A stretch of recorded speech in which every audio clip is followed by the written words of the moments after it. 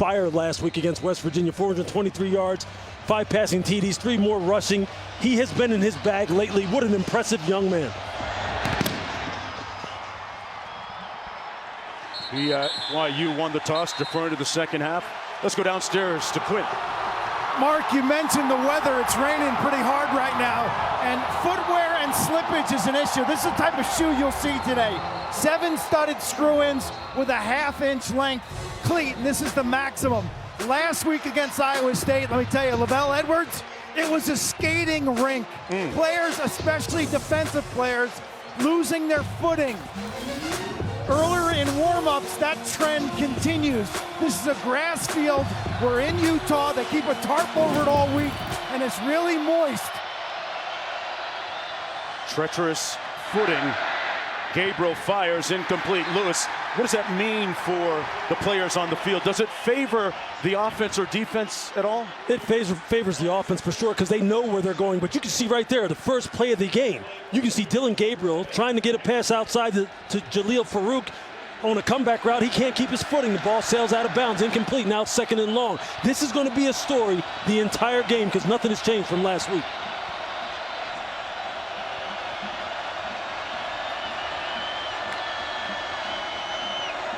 On 2nd and 10, Gavin Sawchuk brought down after a gain of about 1.5 by Mangelson and Max Tooley. Keep in mind that Sawchuk comes into the game this afternoon with a hot hand. He's rushed for over 100 yards in consecutive weeks. Had 135 last week, and we're looking at 3rd and 9. This crowd is already into it. Game's been sold out for a while, and we got a flag on the field. You see, you're going to get a false start. False start, number 76, offense. 5-yard penalty, 3rd down. You're going to see it right here. Jacob Sexton got to sit in there. They're right here. They're in the end zone on the side of the field where the student section is. And they are ramped up and amped up. I know it's early here in the mountains, but I'll tell you what, these students they've been awake for a little while now. Something a little new for the biorhythms. There's a look at the numbers on the last 10 a.m. start. 3rd and 13. Gabriel over the middle, a dart to Stoops. Mr. Reliable, Mr. Dependable, Mr. Inexorable, unyielding for the 1st down. I mean, Drake Stoops, he's always open, says his quarterback Dylan Gabriel. And said he will look for him early and often. There's an example. Going downfield, down the sidelines, and overthrown. Intended for Farouk again. Defended well by Camden Garrett. It'll be 2nd down and 10. You can see it right here. Dylan Gabriel, most pass yards per game since 2019. 297 yards, basically 300 yards. Look, Dylan Gabriel is the truth, folks. If it wasn't for the fact that they had a hiccup in the season against Kansas and Oklahoma State late in the season, he'd be right square in the Heisman Trophy conversation. On 2nd and 10. Gets it out. Nice hard run after the catch by Sawchuk. Picked up 2 on the play. Tooley makes the tackle for BYU. 3rd down coming up. And Gabriel, top 10 in passing. And passing is Idle. Colt Brennan played at Hawaii as well, all time. 3rd and 8.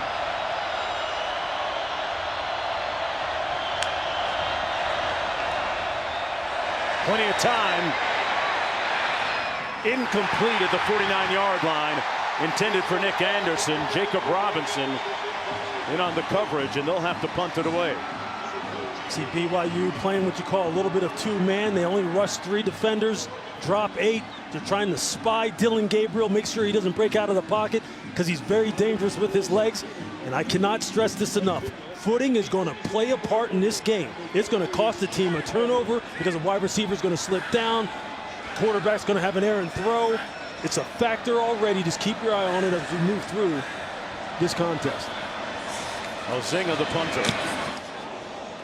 Nyberg, with his heels planted on the 10, fields it at the 7 and brings it out to the 13-yard line. It'll be 1st down and 10 after that 49-yard punt for Jake Ritzloff. And Kalani Sitake in his 8th season on the sideline. His team needing one more win to become bowl eligible, trying to snap out of this 3-game losing streak. He was very upbeat in our meetings yesterday. Brent Venables, meanwhile, boy, you look at the 2 consecutive losses. Without those, Oklahoma is right in the thick of the championship conversation. First down and 10 from the 13-yard line for Jake Retzloff, making his 3rd consecutive start. Handed off a gaping hole up the middle for Robbins. An imperious dash out to the 34. Jennings with the tackle, 20 yards on the pickup. Look, you're just going to see the counters, you're going to see the pullers, and you're going to see a gap just open up. And there it is. You see the kick out right there on the linebacker, Kip Lewis, number 10. And when Aiden Robbins can get the ball north and south and get it going downhill that quickly, he is a load to bring down. And Lewis, he averaged almost 6 yards a carry last week against Iowa State. Rex in motion. He's one of the favorite targets, but they keep it on the ground to Robbins again. 5-yard pickup. Retzloff was the top JUCO prospect a couple of years ago coming out of junior college. Was not highly recruited coming out of high school. He was a part of that 2020 COVID class. You hear that story so frequently amongst collegiate athletes. 2nd and 5 coming up. He brings a whole different dynamic to this BYU offense. His ability to get out on the perimeter, to run pass options, throw the ball from different platforms. Fantastic athlete. Throws it incomplete, dropped, intended for Chase Roberts. Roberts, the leading receiver, a lot more reliable than what you just saw in that last play. 3rd and 5 coming up now. Retzloff last week just 10 of 27 passing. Had a couple of picks, had a very ignominious beginning, a shaky start to the game last week in that loss against the Cyclones.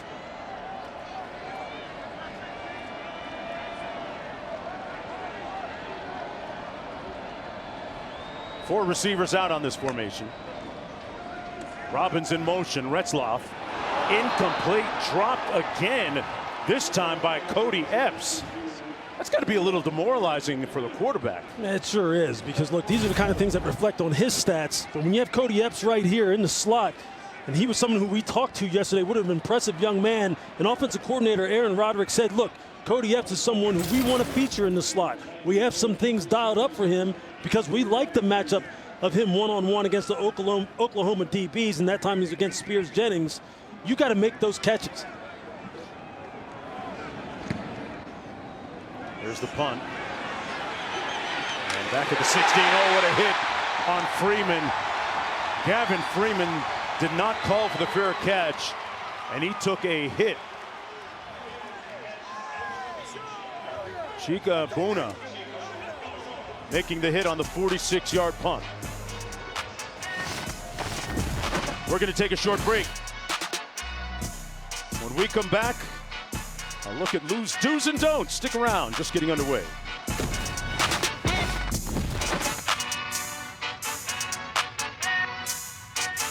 Louis Riddick, Quinn Kesenick down on the field. Oklahoma with its second possession of the ball game here. Dylan Brooks on the sticks in control. Dylan Gabriel stoops on the catch and picks up about 7 yards. Louis, tell me about your do's and don'ts. Yeah, man, I tell you, for Oklahoma, it's going to be about featuring the counter and the power, the outside run game. It's something that BYU has struggled with. And then for the don'ts, don't let off the gas. You get a lead, keep going. For BYU, attack both lines of scrimmage if you're BYU, offensively and defensively. False start, number 70, offense. It's a 5-yard penalty, 2nd down. And then lastly for BYU, as far as the don'ts, do not wear the wrong shoes. We've already seen it play a factor. It played a factor last week against Iowa State, and it's playing a factor here early. You have to be able to stay up in order to make plays. And I'm telling you, just keep your eye on it as we move through this contest. It's a big, big deal. Gabriel out of the shotgun, surveys, pulls. It's going to be ruled a catch at about the 31-yard line. Farouk got down on the turf and picked up 14 yards. That's the kind of throw that Dylan Gabriel can make. The deep 14, 15-yard in cut on time, in rhythm. He's a master at it. Gabriel hands it off to Sawchuk. Nice hole over the right side. Picks up another first down. Picked up 13 on the play. Some good movement up front on the line. And you're just going to see it right here and right here. At the point of attack, getting bodies on bodies. Gavin Sawchuk is a guy who's averaging 7 yards per carry. You can't let him get started if you're BYU. Gabriel going up top. He's got a man. Caught. And down at the 2, Gibson. First and goal, Sooners. Jaden Gibson, an imposing target at 6'5", hauls it in. Yeah, he ran an out and up, a double move. Safety was caught short looking in the backfield. You can't do that against Oklahoma. They will attack you downfield relentlessly. Gabriel hands it off to Sawchuk. This time he's going to be brought down behind the line of scrimmage by Tyler Batty, a guy that will figure prominently in the equation on that line for the Cougars. One of their leaders up front. It'll be second and goal. Let's look at the numbers in the red zone. This is a team that right now, they are deadly when they get down in here. And they are scoring touchdowns because of the ability of Dillon Gabriel to create both with the run and the pass. Hands it off and nowhere to go that time. It came loose. It was jarred loose and Gabriel recovers it back at the 3-yard line. Big hit by Tooley and Taggart. It was a heck of a hit. I'll tell you, you can see Max Tooley. You can see him coming to the screen right here. He puts his hat right on the football. And in this kind of weather where it's damp out, it's a little cold, the ball's going to get slick. Ball security is going to have to be put at a premium. BYU early in the season very good at producing turnovers, giving their offense more chances. Have hit a little bit of a drought. Going to be important for their offense to get more cracks at it. Third and goal. Tawee Walker in the backfield. Anderson in motion. Gabriel. Touchdown Sooners. Anderson hung on to it in traffic, wresting it away from Robinson. And Oklahoma scores on its second possession of the ball game, and a little bit of contentiousness down on the field. Gabriel throwing his 26th touchdown pass this season. And Nick Anderson with his 9th touchdown catch of the year. An impressive drive. Man, they knocked Gabriel down in the end zone there. I'll tell you this, I don't know if you want to give this young man any more motivation than he already needs. If you're Eddie Heckard, who that was, defensive back number 5, you might want to just be more concerned with making sure you cover up this passing game and not firing up a quarterback who's one of the top passers in all of FBS since 2019. He's been doing it at a high level for a long time. So you think Gabriel might throw at him the next few times? I just think he's going to be motivated if he wasn't enough already. No doubt. An impressive 7-play drive. And it's 7-0. Eclipsing 85 yards on the field. They started at their own 15. Used up 3:17 on the clock. Dillon Gabriel doing a little bit of surgery on that secondary. Lewis has the breakdown on the other side.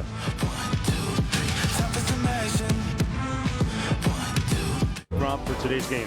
What happened on this play, Lewis? You're going to see here, they're just going to motion the wide receiver Nick Anderson into a bunch set, and he's just going to run across the formation. Cornerback sitting in outside leverage, has to chase it down. Watch the free safety. Starts to bite up into the line of scrimmage, doesn't provide his corner with any inside presence. And from there, it's just throw and catch. And when you have a guy as accurate as Dillon Gabriel, he's just going to put it right on the money. That's going to be a touchdown every time. Great play call by offensive coordinator Jeff Levy. Let's go back to the studio. All right, guys, good afternoon. Matt Berry back at the college football studio with your AT&T Multiview, keeping you connected throughout the afternoon. Some early action. Miami just scored, extra point away from tying it up with Louisville. That a big one. Louisville wins. They are in the ACC Championship. The game between Harvard and Yale, 3-0. Tulane FAU at 0s, and trust us, SMU Memphis is playing despite what your Multiview says. All right, first down and 10 from the 25 for quarterback Jake Retzloff. Retzloff, hyper competitive, Players perform hard for him. Keeps it on the RPO and takes off for the first down. Taking out his do-it-yourself kit, Lewis. Yeah, if you're Jake Retzloff, you're saying, hey, look, wide receivers, help me out. You want to know why my completion percentage is what it is? Look, it's not always the quarterback's fault. And if you're Cody Epps and you're Chase Roberts, two of the primary playmakers of the wide receiver core, you got to help your quarterback out. You have to make some plays for him. I understand the conditions aren't ideal, but if they want to stay in this game against one of the most high-powered offenses in college football, wide receivers are going to have to come through. First down and 10 after that 12-yard gain. They run it again. Robbins, who's off to a pretty good start on the ground. Stutzman making the tackle for Oklahoma. Well, tonight it's a big Pac-12 primetime showdown. Michael Penix Jr. and number 5 Washington squaring off against the number 11 Oregon State Beavers. Coverage begins 7:30 Eastern on ABC and the ESPN app. Retzloff way off target. Intended for Robbins. Had good pressure up front from Oklahoma, though. Ethan Downs was right in his grill. It'll be 3rd down and a long 3 to go. You see, there's one of those situations where if you're Retzloff, you've got to put that on him. Look, a completion percentage 49.3% on the season. That's just not going to be good enough for this football team, and they're trying to find out what they have in Retzloff. Aaron Roderick, the offensive coordinator, said, look, they want to give him a shot. They obviously want to help him out with the run game. They've gotten Aiden Robbins going here early. But on those clean pocket throws, when you've got an open receiver, you've got to hit him. 3rd and 3. They throw it complete on the edge. Epps with a nice shake in the open field, and a little retribution after that earlier drop. Put a nice move on the DB, Billy Bowman, to gain 13.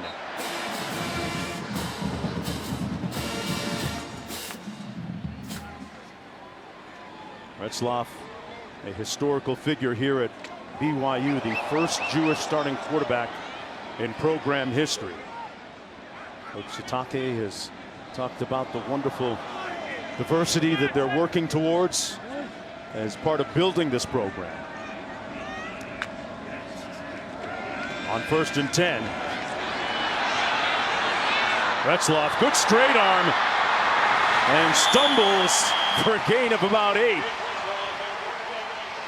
Man, he told Jaron Kanek, hey, you better talk to the hand. And there's pregame with the Star of David prominently featured on his chest. Guy who really bet on himself coming out of JUCO.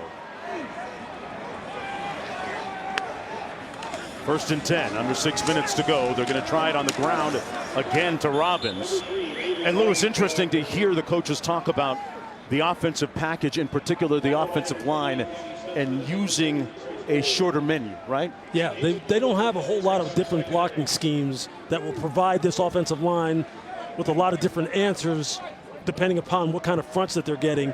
Aaron Roderick, the offensive coordinator, said, look, we simplified it. We just want these guys to physically come off the ball. That's really what they've been missing. They can't capture the line of scrimmage. They can't move people, create running lanes for these two wonderful running backs, Aiden Robbins and L.J. Martin.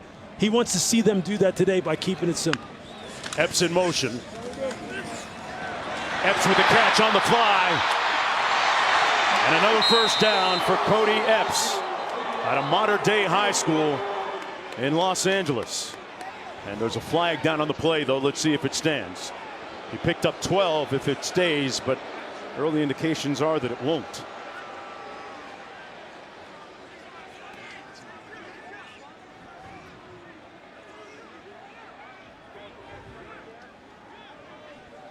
You're going to see right here, what a great decision on the part of number Retzloff. 17, offense. To pull it's a it. 10-yard penalty. Repeat 2nd down. They got it on Keelan Marion. He was blocking too soon on the pass play down the field. But you just like the play call. You like the decision-making that Retzloff is showing right now in the RPO game. When to hand it off, when to pull it and throw it. And you see his capability out on the perimeter as a runner and a guy who can throw on the move from different arm angles. When he's accurate and he's in rhythm, this guy is a headache now for defenses. And you can see some of the ways in which Aaron Roderick is trying to get him out on the perimeter and cause Oklahoma's secondary some problems.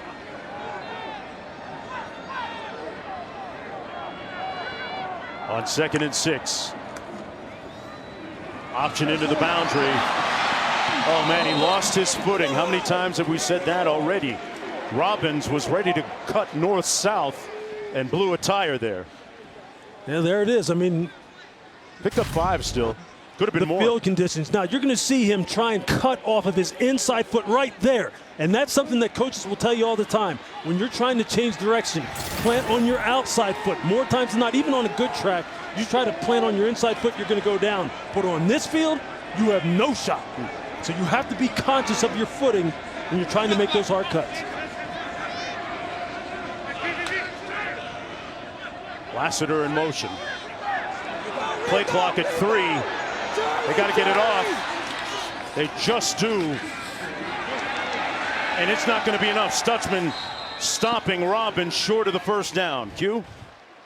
To add to the footing issue, Lewis, this field is pretty severely crowned by modern standards, and it's more treacherous the closer you get to the sidelines, obviously because of drainage. As I said earlier, they tarp this field. It tricks the grass into thinking it's green. They take the tarp off on Fridays. It was sunny here yesterday, but this field is still pretty wet, especially considering that we had some drizzle earlier this morning. Sure looks like it, Q. Great stuff.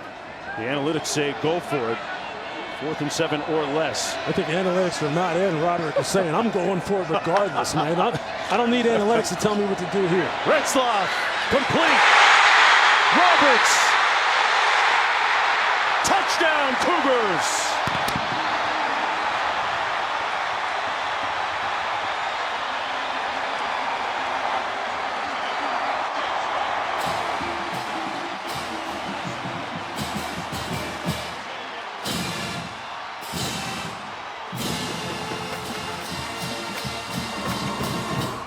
Roberts with his 5th touchdown of the season. And a nice comeback moment for him, who had a drop last week that was a little bit costly.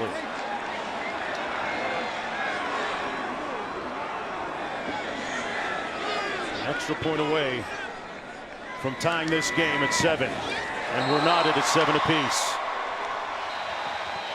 Well, Lewis, you said that Retzlaff is a headache when he's on his game. The old saying says, bigger the headache, the bigger the pill. No question. I'll tell you this now. You give this young man time. Chase Roberts is a game breaker. And if you don't play solid coverage, they're going to make this game real interesting. I see it, Kalani. Go ahead and dance on him a little bit. Party has started. Quarterbacks always seem to get to that phone quickly after a touchdown pass, huh, Louis Riddick? Absolutely. Is that the way it works? Hey, man, the coach is giving a little positive reinforcement, telling them what we're going to do next time. Let's keep it rolling. Oklahoma will have it 1st and 10 from the 25. Look, you really like this route combination here. You're going to see Chase Roberts just run the 7 route, but keep an eye on the corner. Get some depth. Get depth safety in this cover 2 scheme, and then come downhill and make the tackle. You see the protection's going to be nice here for Retzlaff. Nice, easy throw. He puts it right on Chase Roberts. Now, make the tackle, line up to live another down. But to Chase Roberts' credit, he makes the defender miss. That time it was Deshaun McCullough.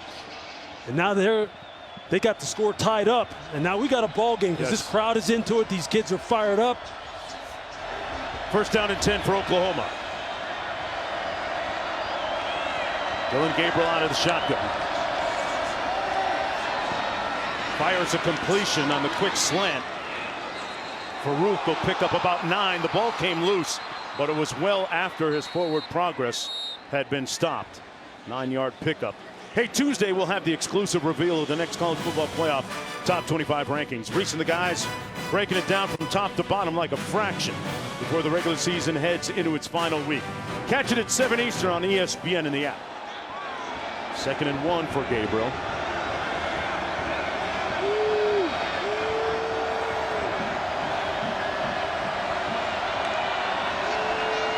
Gets it out quick, complete. And a 1st down. Nick Anderson tackled immediately by Jacob Robinson. Well, you look at Dillon Gabriel, man. Was successful at UCF. Says he bet on himself. Transferred to OU when he was already QB1 somewhere else. Has time. And that one is dropped by Anderson. Robinson right there.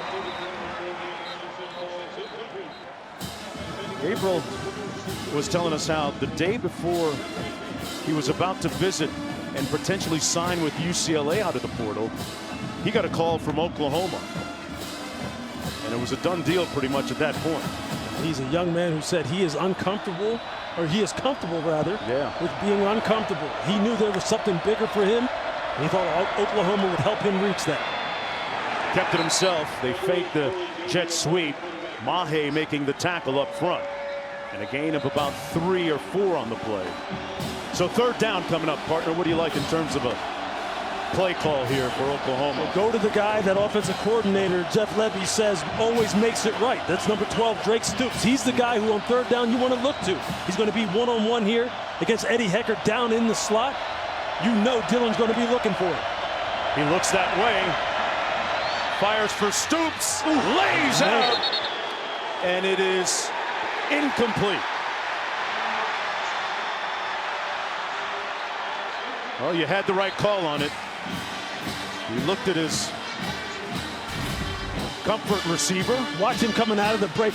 On this bad field, you see there, what a great effort trying to extend on that out route. And if you're Dillon Gabriel right now, you're probably going to the sidelines and you're telling him, I'll hit you next time. I had a clean pocket. I had a great look at it. He beat one of their best cover guys in Eddie Hecker. Zinga in the punt. Parker Kingston back at his own 15. They fake it, and a man is wide open. Caught at the 39-yard line. Elzinga threw a rope and a dime, dropped it in to Ethan Downs for the first down. A little prestidigitation. Great handiwork by the Sooners. And just watch it right here. Watch the deception. Oh. Fakes like he's going to block the end man on the line of scrimmage and then just leaks out on the fake punt. You got to love it. I'll tell you what, I played the exact same position in pro football. I caught the exact same kind of fake punt during my time with the Cleveland Browns, and let me tell you, I was scared to death. Scared to death after the catch. He's a defensive lineman, Ethan Downs. Let's see what this flag is about. Pass interference, offense. Oh. 15-yard penalty. Replay, fourth down. So it's going to come back after all that. A dismayed fan base from Oklahoma.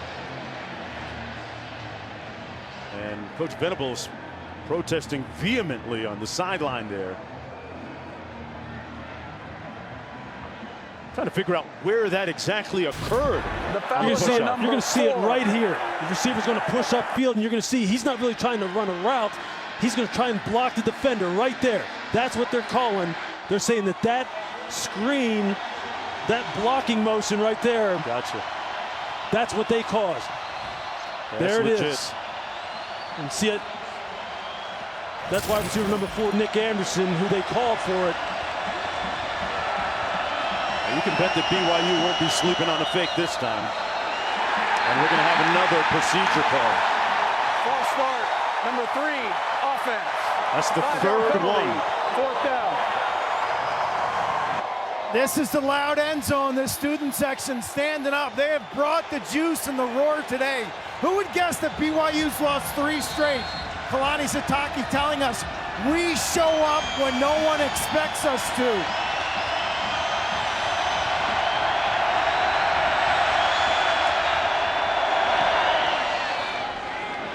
Elzinga's punt goes all the way down to the 25. Parker Kingston. Kingston in the open field. Couple of nice moves all the way down to the 41. A spirited return and brought down by the punter, Elzinga. Let's go back to the studio. All right, entertaining game there, and I've got an entertaining one in the ACC. If Louisville wins, they clinch a spot in the ACC championship. Tyler Van Dyke here to Xavier Restrepo. Miami goes up 14-7, but moments ago, Louisville comes right back. Isaac Guerrero from the 12. We're tied at 14 in Miami. From the 43-yard line, first down and 10 after that 31-yard punt return by Parker Kingston. Robbins in the backfield. Rex in motion. Loose ball, and Oklahoma pounced on it. They get it right back. An egregious miscalculation by the Cougars.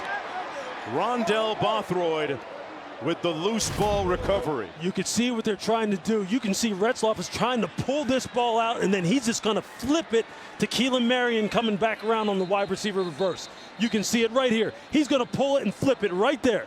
That's exactly who he's getting to. You could see Keelan Marion already has his hands in position to receive the football. That's the kind of stuff. That's the difference between being a team that's fighting to be bowl eligible and a team that's really trying to make some waves in the Big 12. Now, look, BYU still has work to do, and Kalani Sitake took us through that as far as the reinforcements he needs to bring in here. But those kind of self-inflicted penalties, or not penalties, turnovers, they're just killing. Gabriel, complete to the near side of the field. Farouk reverses field and is brought down by Alfred. Boy, just when it seemed like they had a good shot to do something big.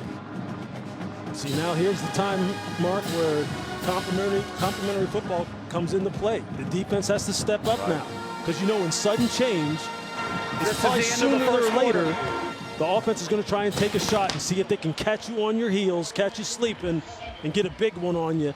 I wouldn't be surprised here on second down and medium to long, Oklahoma tries to go up over the top. Well, the first 15 minutes in the books here in Provo, Utah. Tied at 7 when we come back.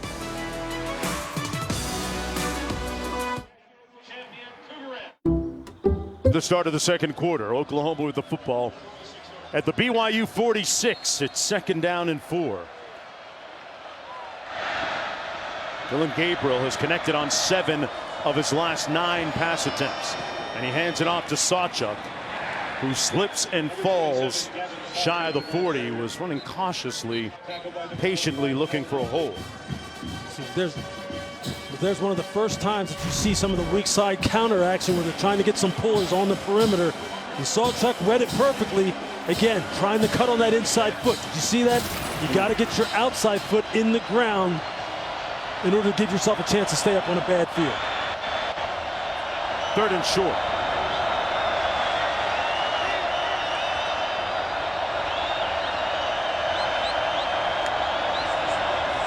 They're going to keep it on the ground and pick up the first down. Walker, and a moment ago, Quint caught up with Coach Sitake. Coach, how do you best describe the emotion here in Lavelle Edwards? Well, we're all over the place, but we can't keep shooting ourselves in the foot with the issue in the boss, the handoff, and we got to get that fixed. But I like the energy for the guys, and get some stops on defense. Got to find a way to force turnovers. Hard to do on a really talented quarterback that has a lot of composure. How do you fix that? Yeah, we just got to get to them. I mean, you have to give Oklahoma a lot of credit. They're good at pass protecting and run blocking, so we got to find ways. If it means bringing more people, then we got to do it. Thank you, Coach. Thank you. 5-yard gain on that Gabriel run. Hands it off. And a spirited run by Walker to pick up another first down. Alfred making the tackle on the play for BYU. You mentioned the counter a little minute ago. How much of a part of the playbook is it for Oklahoma? Oh, it's something that they run very well. The gap schemes with the pullers, getting their big guys on the outside. Going to throw it this time. Incomplete, intended for Farouk. Working against Garrett. But to expound on that point, they're also a team that can run the ball inside on zone blocking schemes, as they did in the play previous to Walker. And I'm a little shocked that they haven't really tried to establish the run game a little bit more here early on, given the troubles that BYU has had stopping the run over the past 2-3 weeks in particular. Yeah, just 35 yards on the ground so far. Second and 10, Gabriel. Into the end zone, got a man! Touchdown, Gibson! He got the foot down and made the catch. And Dylan Gabriel already with his second touchdown pass of the game. And just watch Jaden Gibson right here. Watch him get that right foot down right there. It's great end zone awareness, back line awareness, and you see he points, he says, I'm in. He told the official. I'm in. But again, what a nice play call from offensive coordinator Jeff Lebby against this two-deep scheme to get Jaden Gibson open. Hopefully we can give you a second look at it. It's textbook. His 4th touchdown catch of the season, the 4th of his career. Young man from Winter Garden, Florida. Makes it 14-7 for Oklahoma. Dylan Gabriel, effusive, ebullient, straight up happy right now. 2 with the meter still running. Back after this. Run the in cut, and you're going to have this on the post. And watch here. Watch the safety right here in the middle of the screen. He's going to bite on the in cut of Stoops. Gabriel sees it, puts it over his head for the touchdown. It's a classic cover 2, cover 4 beater, and they dialed it up at the perfect time. You're going to see here, just watch the safety bite down on Stoops right there. And here he goes. He puts his hand up saying, hey, give it to me. And you see Dylan Gabriel, he just fades left. He probably stared right at the safety and said, hey, come on down on Stoops so I can throw this post over your head. And he hit it perfectly. If you do not play airtight, fundamentally sound pass coverage, this young man will chew you alive. And he's putting on the clinic so far. Part of a great lineage of quarterbacks off the island in Hawaii. Robbins on the run, nowhere to go. Let's go back to the studio. Gentlemen, got an update on Michigan. They've had the adversity off the field, on the field. They just keep playing football. Scoop and score. Talia Tagovailoa fumble. Dominic Moore, scoop and score. Michigan up 16-3, end of 1. All right, back here, 2nd and 10. Robbins in the backfield.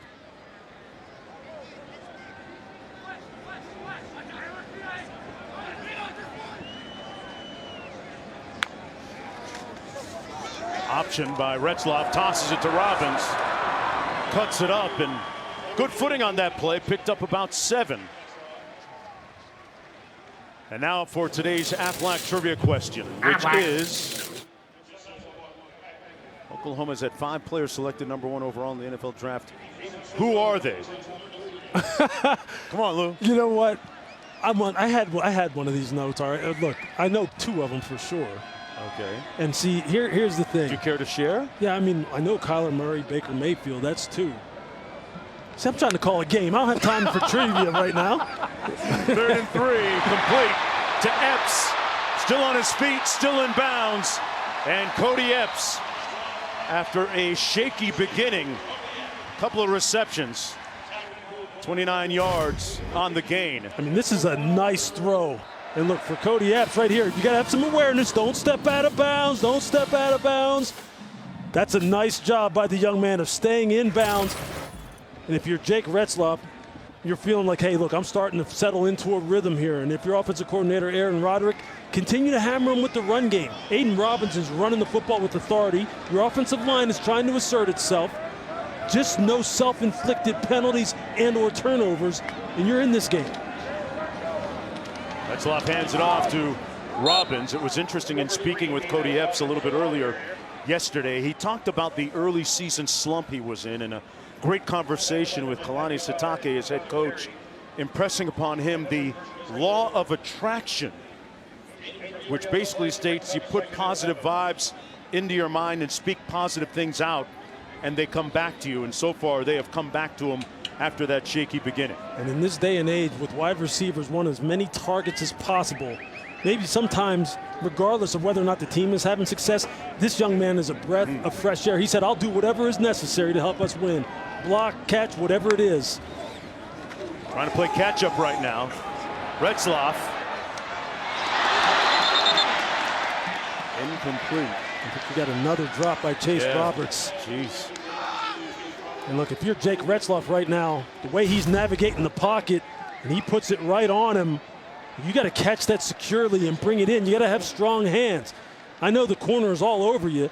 Wagner is all over you, but you got to make that catch. Can I bail him out and say it was behind him a little bit? No? He's too good of a player to not be able to make that catch.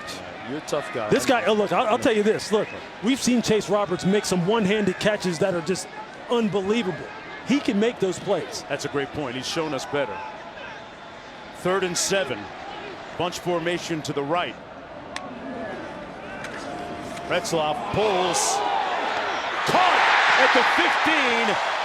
Chase Roberts went right back to his guy. I love He heard you, Lewis. I absolutely love it. I love the play call on the part of Aaron Roderick, and I love Retzloff going right back to him. And if you're Chase Roberts, you're going, hey, look, man, even the best of them, we drop some now and then. Great looking athlete, was down on the field, able to get a good look at Chase Roberts. He's built like a greyhound, man. Looks like a guy who can run all day long. And you see Aaron Roderick there on your screen. He's got a nice rhythm going right now between the pass game, getting Cody Epps involved in the short and intermediate game, Chase down the field. Nice flow to this offensive play call. On first down, little RPO, Retzloff keeps it inside the 10. Hit hard at about the 8-yard line by Key Lawrence. Picked up 6 on the play. Second down coming up. See what Retzloff brings to the offense that Keaton Slovis doesn't bring. When you have an offensive line that's struggling, you need the defense to have to account for the quarterback because it messes up their numbers. Because now the quarterback is a viable threat in the run game, and that's what he brings to him, as well as being a guy who in the pocket can avoid the rush. Offensive coordinator Aaron Roderick told Retzloff the old adage from one of his favorite coaches, if it's free, take 2. Time to eat here. Takes the easy throw. Smith lunging, but brought down shy of the end zone. They're going to mark it short at about the 2-yard line, but still enough for a first down, so it'll be first and goal. Well, that's a nice effort by Deion Smith on a bad field. You see him get that outside foot in the ground, no slippage. Almost looked like he got in. Retzloff going to keep it. Foot race. And pushed out of bounds right at the line of scrimmage. Woody Washington there to knock him out. That's a heck of a play by the corner, Woody Washington, fighting off the block of Keelan Marion out there on the perimeter. That's about as good as it gets as far as corner play against the run. This current drive, 9 plays, eclipsing 74 yards. Cougars trying to tie this game up and work towards snapping that 3-game losing streak, and in the process becoming bowl eligible. That's what's at stake for them this afternoon. Pardon me, this morning.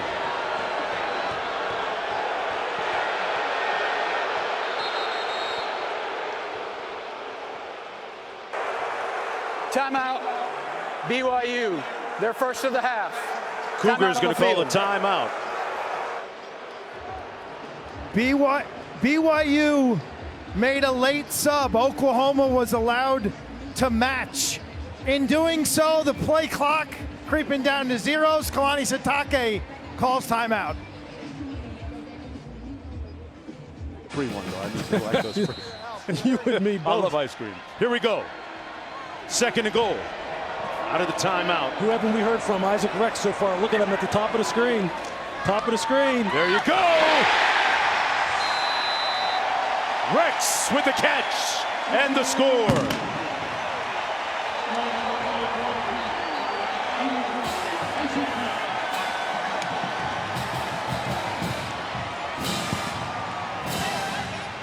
His 3rd touchdown catch of the year, the 24th of his career. Most touchdown catches by a tight end in BYU history. You see they're just going to look for the big man. You can have him one-on-one outside with the corner.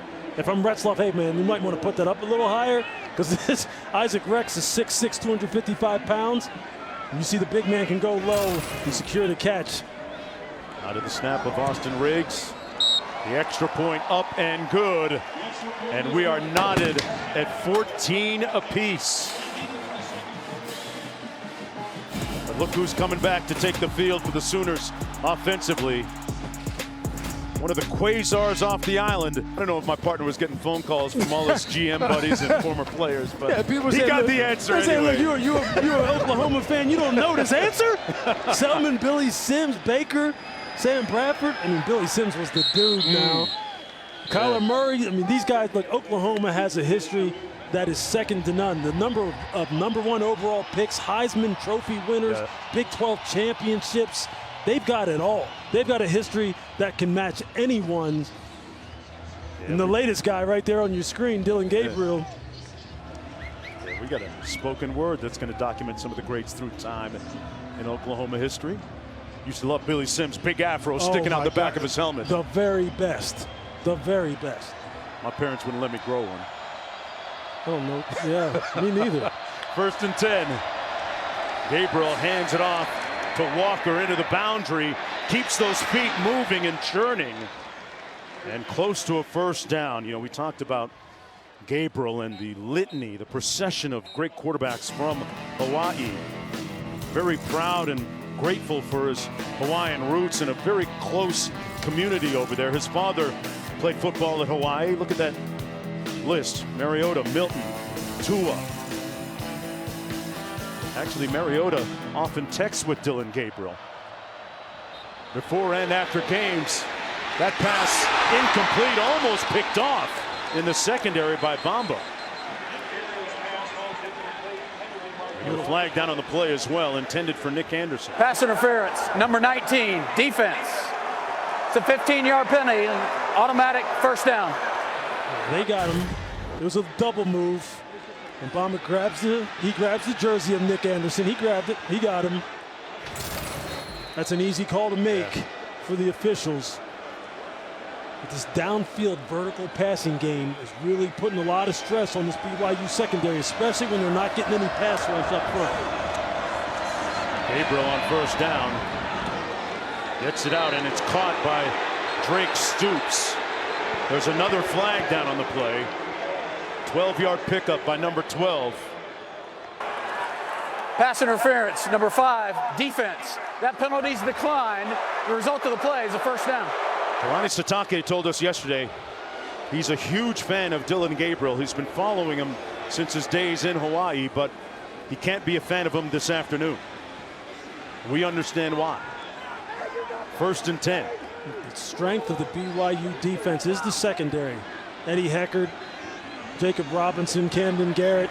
These are the guys who have to play their very best against this high-powered passing game of Oklahoma.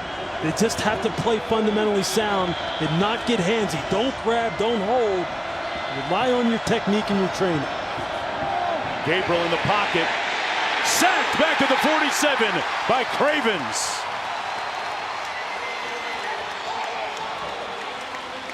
Jackson Cravens with his 4th tackle for loss this season. You're going to see Cravens right in the middle of your screen against the center, one-on-one, Andrew Rain. And you see him, he just hits him with the power, and then is able to get his hands off of him.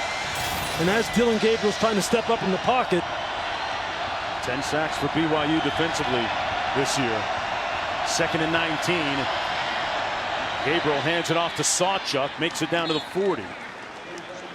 Picked up about 7 on the play. 3rd down coming up. And there's that weak side counter run with the pullers, pulling the backside guard and tight end. That's something that offensive coordinator Jeff Levy needs to get to.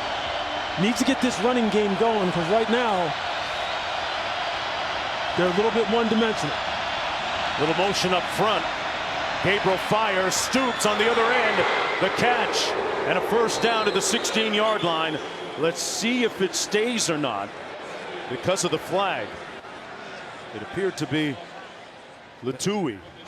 Offside, number 10, defense. That penalty's declined. Result of the play is a 1st down. He makes me right. The words of Coach Levy, the offensive coordinator. He's always open, according to Brent Venables and quarterback Dillon Gabriel. That was textbook. The shake and bake move to get off press coverage. The synergy between Stoops and Dillon Gabriel is just magic. You see it week to week. Stoops over 700 yards receiving this year.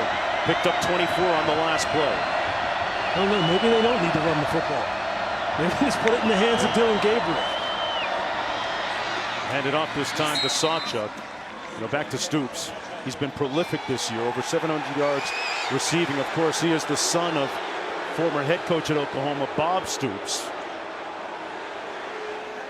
He had 22 receptions for almost 300 yards and 4 TDs over the past 2 weeks. Coming into this game, he just went berserk against West Virginia. He was all over the place.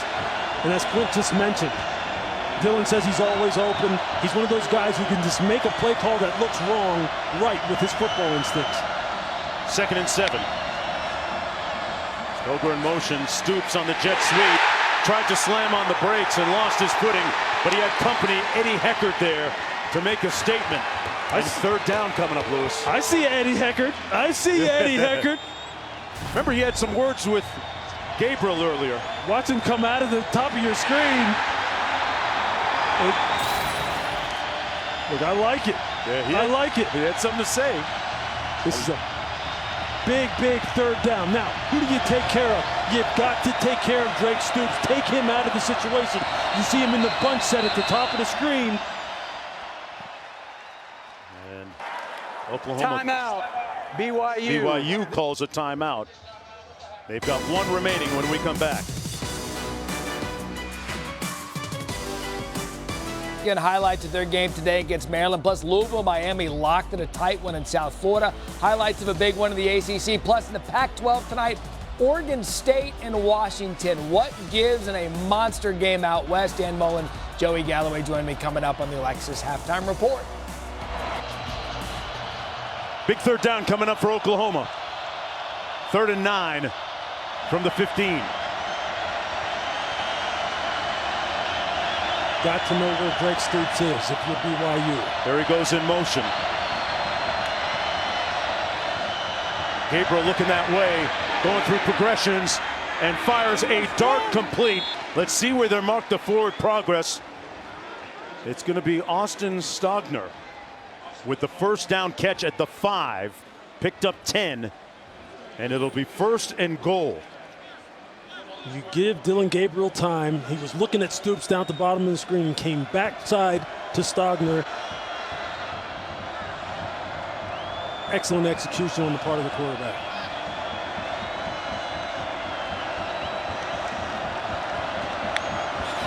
Gabriel, back shoulder fade.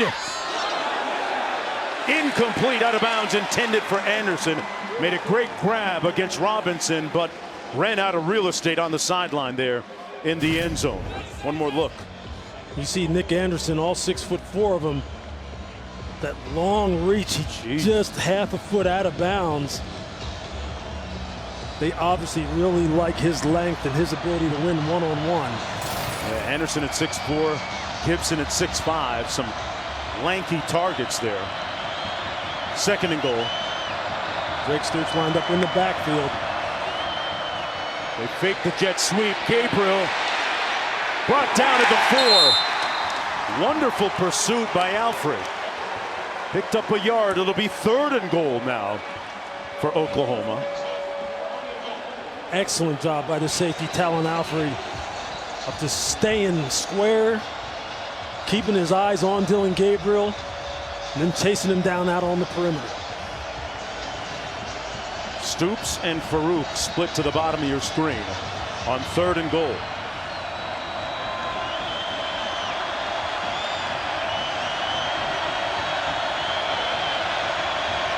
Stoops in motion. Gabriel with plenty of time. Incomplete. And it'll be 4th and goal intended for Anderson. That's good coverage on the part of BYU in the secondary. You can see he wanted Stoops first. He wanted him on the little option route going out to the flat and couldn't get it to him. Then he tried to sneak it into that tight window to Nick Anderson coming backside. So Zach Schmidt comes in to attempt the field goal from 23 yards out.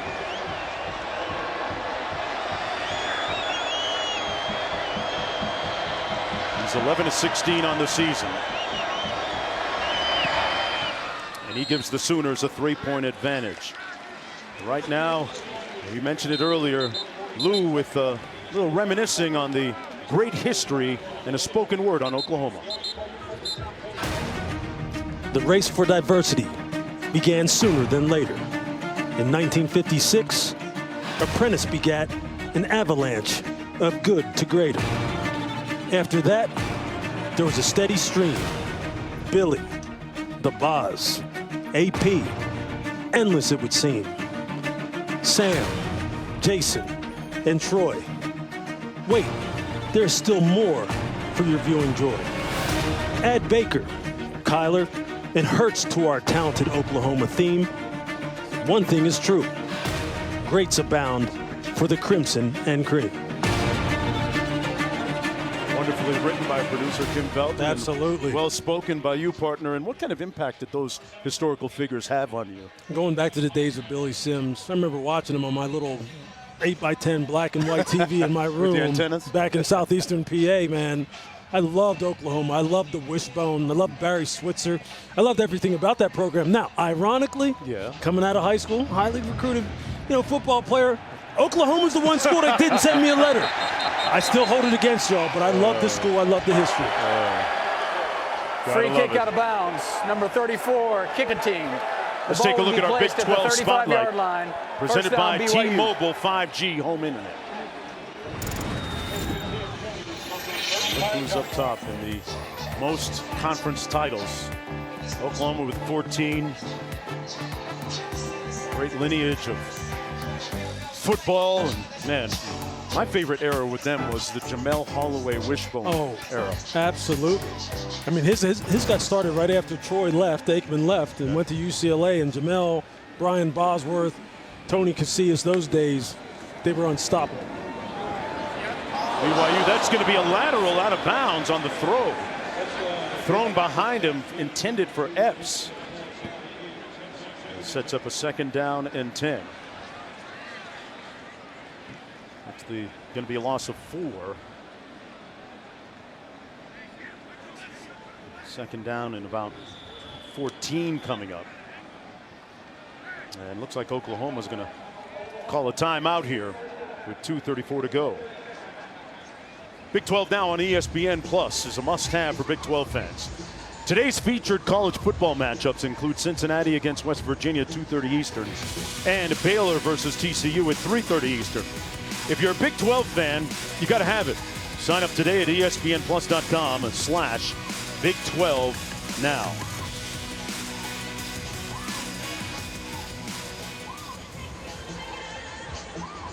Okay, spicy mustard on the hot dog. Yeah, those two, they must have come in together, right? I get it.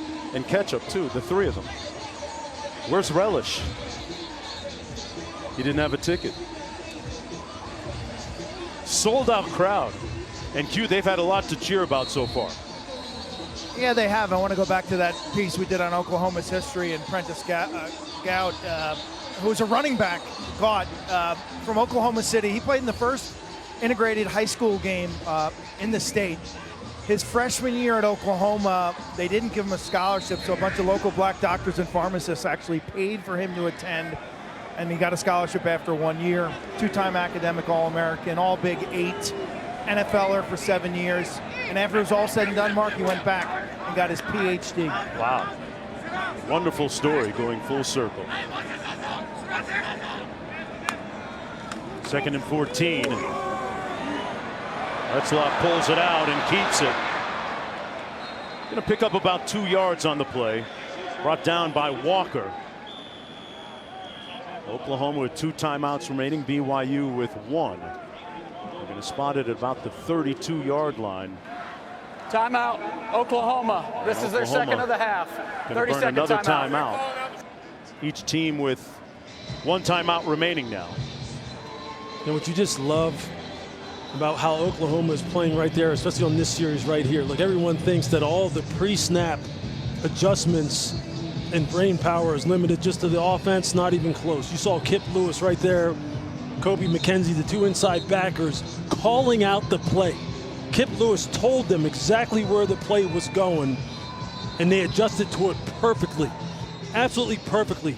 And they saw that Jake Retzloff perimeter. You saw the safety Billy Bowman come out of the secondary and shut that down.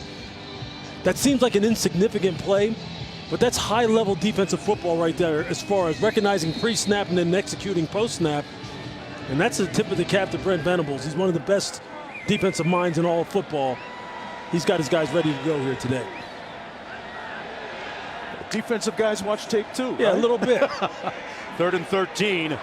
Little middle screen complete to Cody Epps, who's been targeted quite a bit. They have been very purposeful and intentional about finding him. He picks up 11. And 4th down coming up. Yeah, that was something there, and Roderick told us yesterday. Cody was going to get the ball. They're going to keep the offense on the field here, Lewis, on 4th and 2 in their own territory. What do you make of this? Look, I think Kalani Sitake wants to stay aggressive. He wants to keep this momentum going. He likes how his quarterback is playing, especially when he gets out on the edge with his ability to run and pass. On 4th and 2, Retzloff pumps, fires, caught for the first down. Clutch to Isaac Rex. That's a laser. He put that ball on a frozen rope. Just watch this. Zing. It's right there.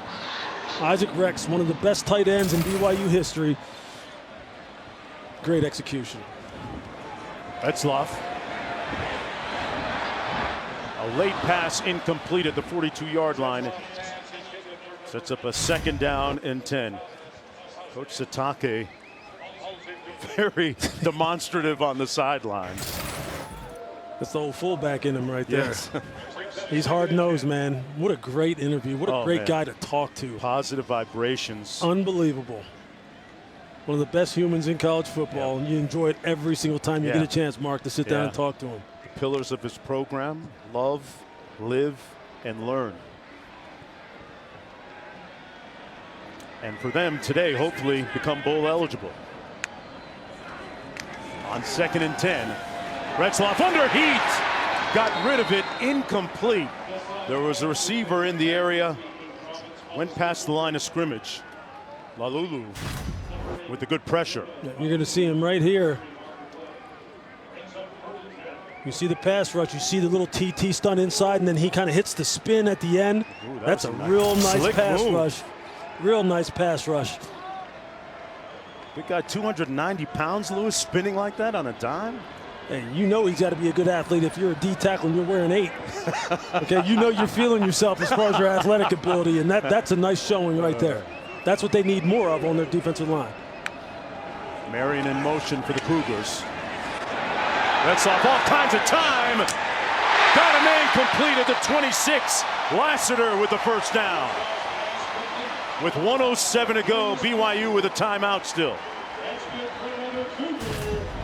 This is such a great route combination. Run off the seam routes inside to go routes, and then just bring the outside receiver in on the big bender inside.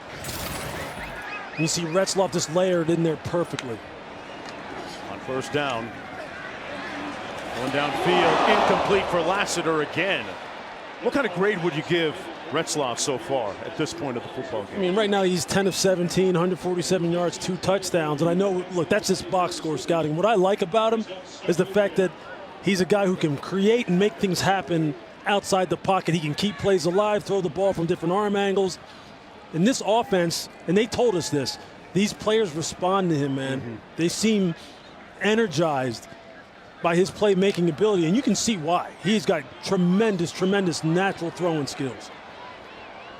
Aaron Roderick, the offensive coordinator, in his last text message to his quarterback said, there's always a way. And a little trickery. Got to pounce on that pass. Always have to be aware of the trick play with BYU. Tonight, it's a big Pac-12 primetime showdown. Michael Penix Jr. and Washington squaring off against number 11 Oregon State Beavers. Coverage begins at 7:30 Eastern on ABC and the ESPN app. 3rd and 10 coming up. Keep an eye on Parker Kingston if he's in the game too. Number 82. He's already thrown 2 touchdown passes this year as a wide receiver. And we got some whistles first.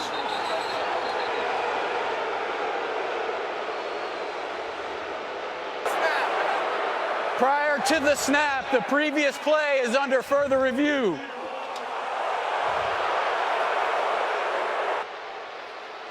Well, that took a little bit. I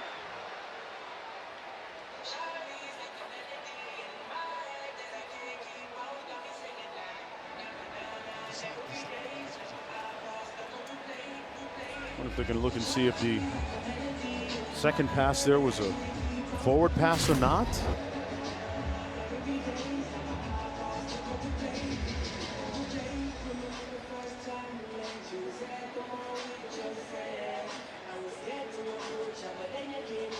see here. That's a lateral. That's lateral back to.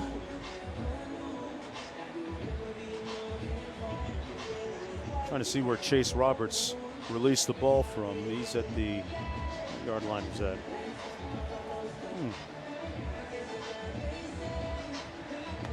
He's at about the 34. Okay, here we go. It's a good angle here. He's at about the 34. It went backwards. Looked like a backwards pass. Yeah. It's like they're looking at where they're going to spot the ball. Yeah. It's a backwards pass, and the ball's going to be spotted where it was recovered, right? Exactly. They're going to have to put some time back on the clock, maybe, if any.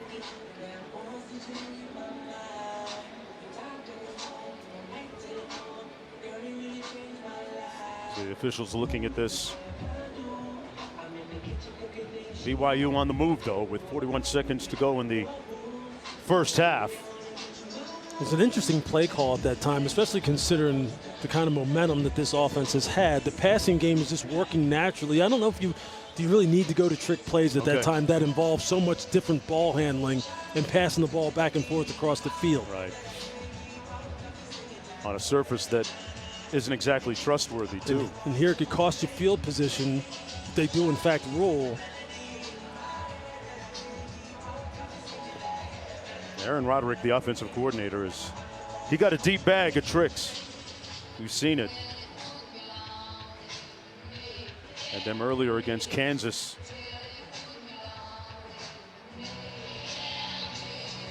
You see the referees down here.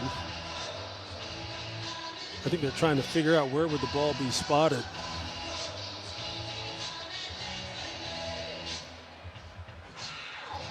Well, folks, we're as perplexed as you are at home. Here's another look at it. That's close. That is, I would have to say that's a backward pass. Well, clearly there's some confusion down on the field. Early start for officials, too. Brent Venables getting the explanation.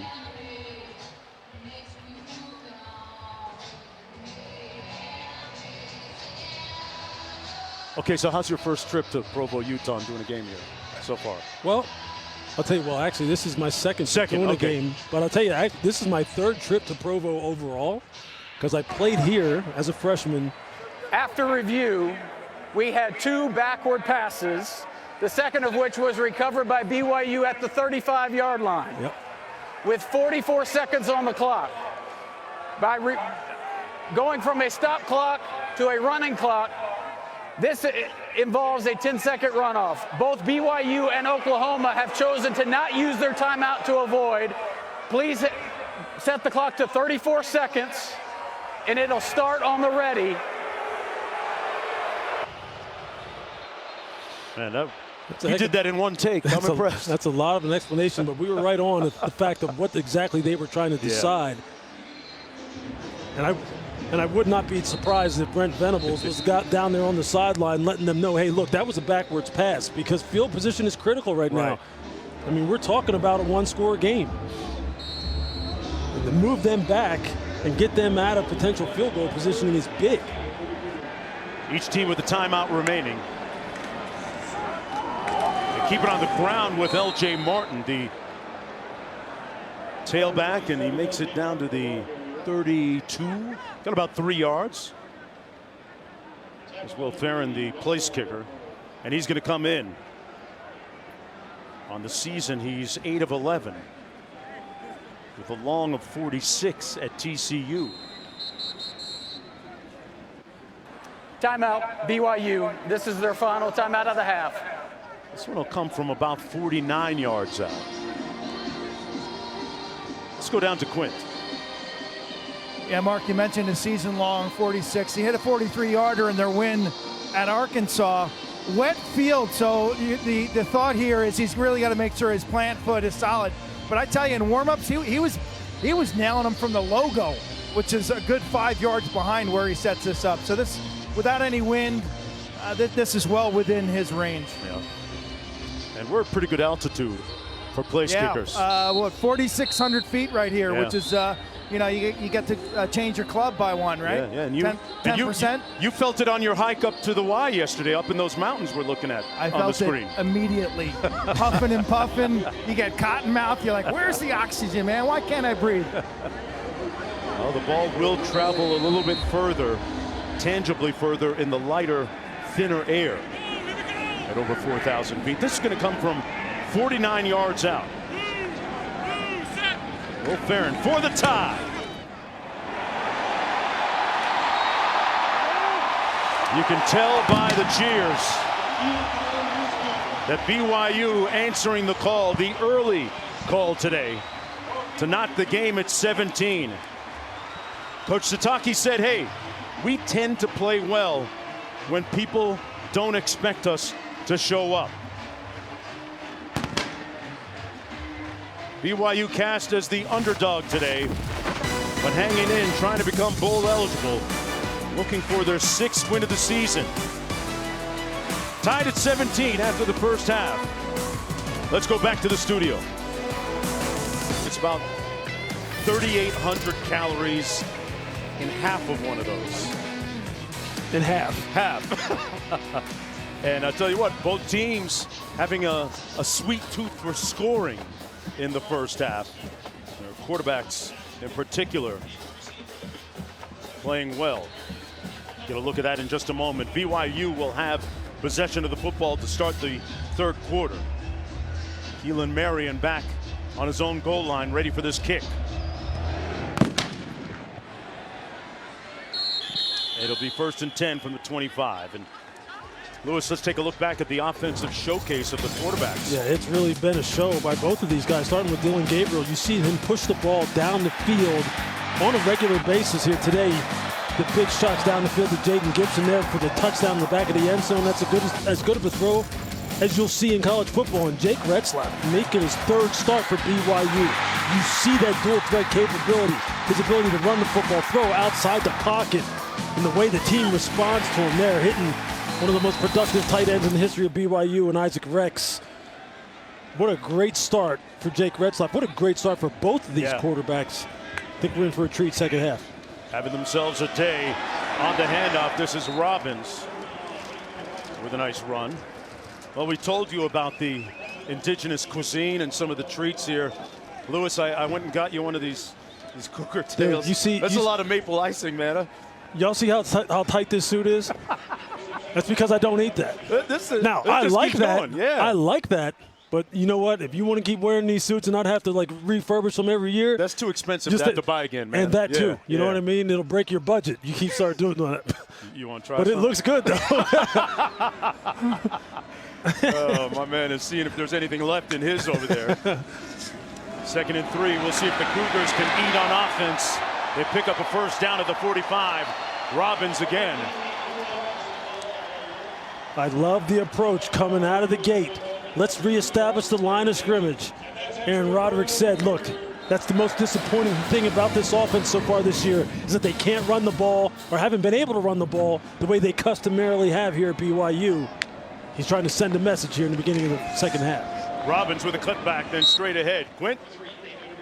Brent Venables told me that the quarterback run, the RPO game and the option game right now kind of is the big unknown. It's what he spent most of the time at halftime in terms of directing his defense. So that's kind of a new look for BYU. That's what they're dealing with there. Offensively, BYU stacking the box. So the passing game has been there. You look up on the scoreboard, Oklahoma only has 45 yards rushing.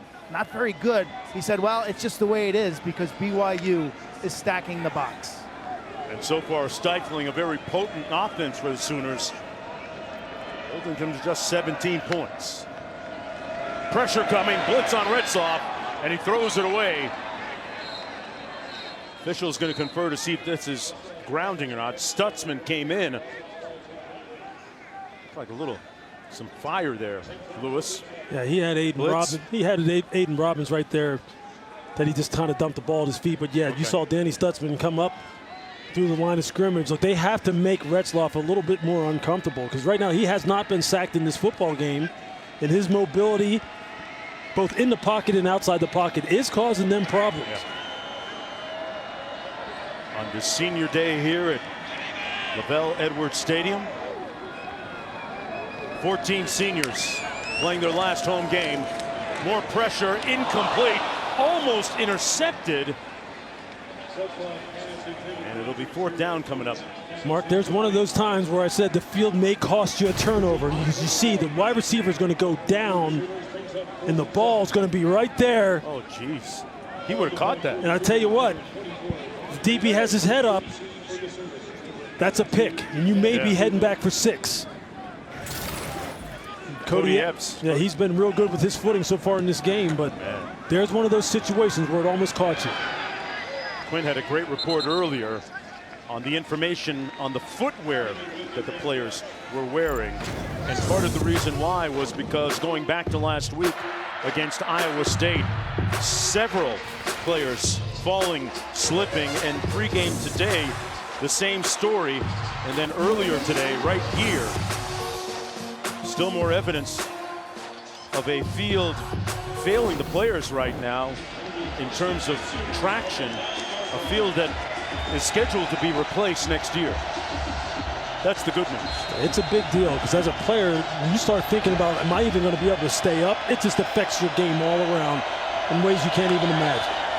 Jackson Arnold in at quarterback for Gabriel. Complete to Sawchuk. Let's go down to Q for more. Yeah, the preferred footwear for these players today has been the screw-ins, basically. 7 studded screw-ins. ½ inch is the NCAA limit. You can try to put washers in there to extend them, but it's not like the old days, Lewis, in the NFL, where guys were wearing 5/8 or 3/4 inch cleats. Yeah, I know it very well. I wore them back in the days of the Cleveland Browns. And one of the big stories right now, absolutely, besides the footwear, is Jackson Arnold in at quarterback for Dillon Gabriel. The question begs, why?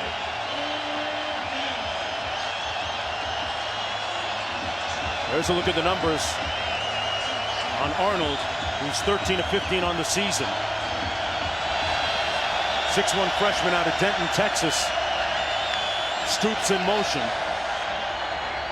Arnold to pass, gonna run it, and he'll get the first down on his own, turns it upfield, and tiptoes out of bounds at the 35, but there's a flag down. I think we're gonna get an illegal block in the back by the tight end, Austin Stogner, which was just totally unnecessary and going to cost them a big run. Yeah, it would have been 27 yards if it stood. We'll see if it does or Illegal not. block in the back, number 81, offense. It's a 10-yard penalty from the spot of the foul. Replay, 3rd down. Do it all over again.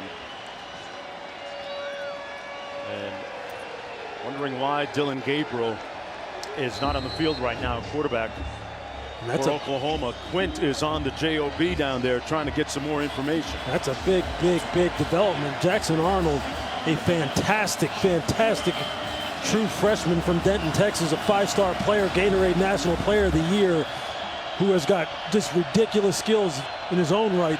But Dillon Gabriel not being out here is a big story. 3rd and 6.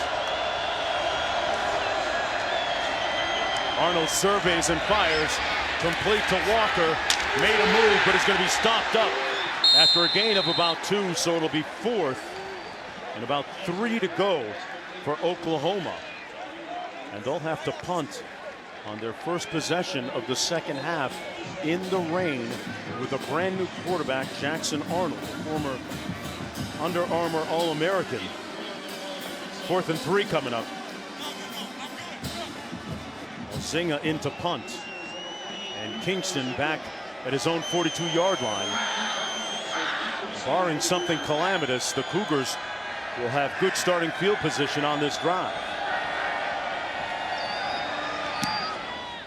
A high punt. Fielded at the 42 and a flag down near midfield on that 40-yard punt. Kingston got stopped up after return about 7 yards. Well, BYU said, you can block in the back, so can we. I mean, that's just those kind of errors that cost you field position. During the return, illegal block in the back, number 19 of the return team. It's a 10-yard penalty from the spot of the foul. Timeout on the field. Bamba committing the penalty. Retzlaff at quarterback for BYU when we come back. Second half. And the big story for Oklahoma is that Jackson Arnold is in the game for Dillon Gabriel right here, who took that hit late in the first half. Still no information on his condition. That play happened with 3:31 to go in the first half.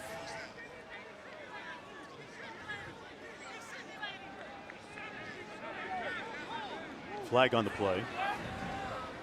Illegal snap, number 70, offense. 5-yard penalty, first down. They can't see me.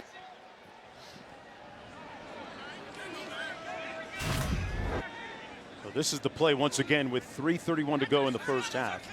Gabriel on the run, tackled by Alfrey, and that was Oklahoma's last possession of the first half.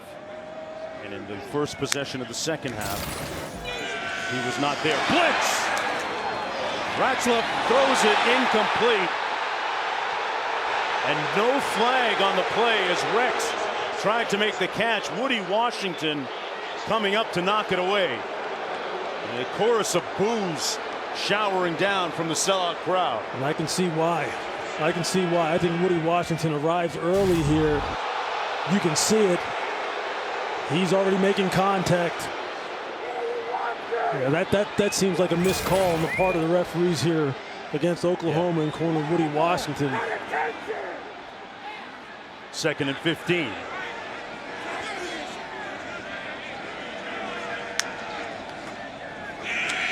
Retzlaff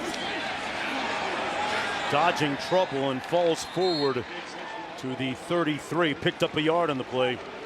4th down coming up. An uneven opening here in the third quarter for both these teams.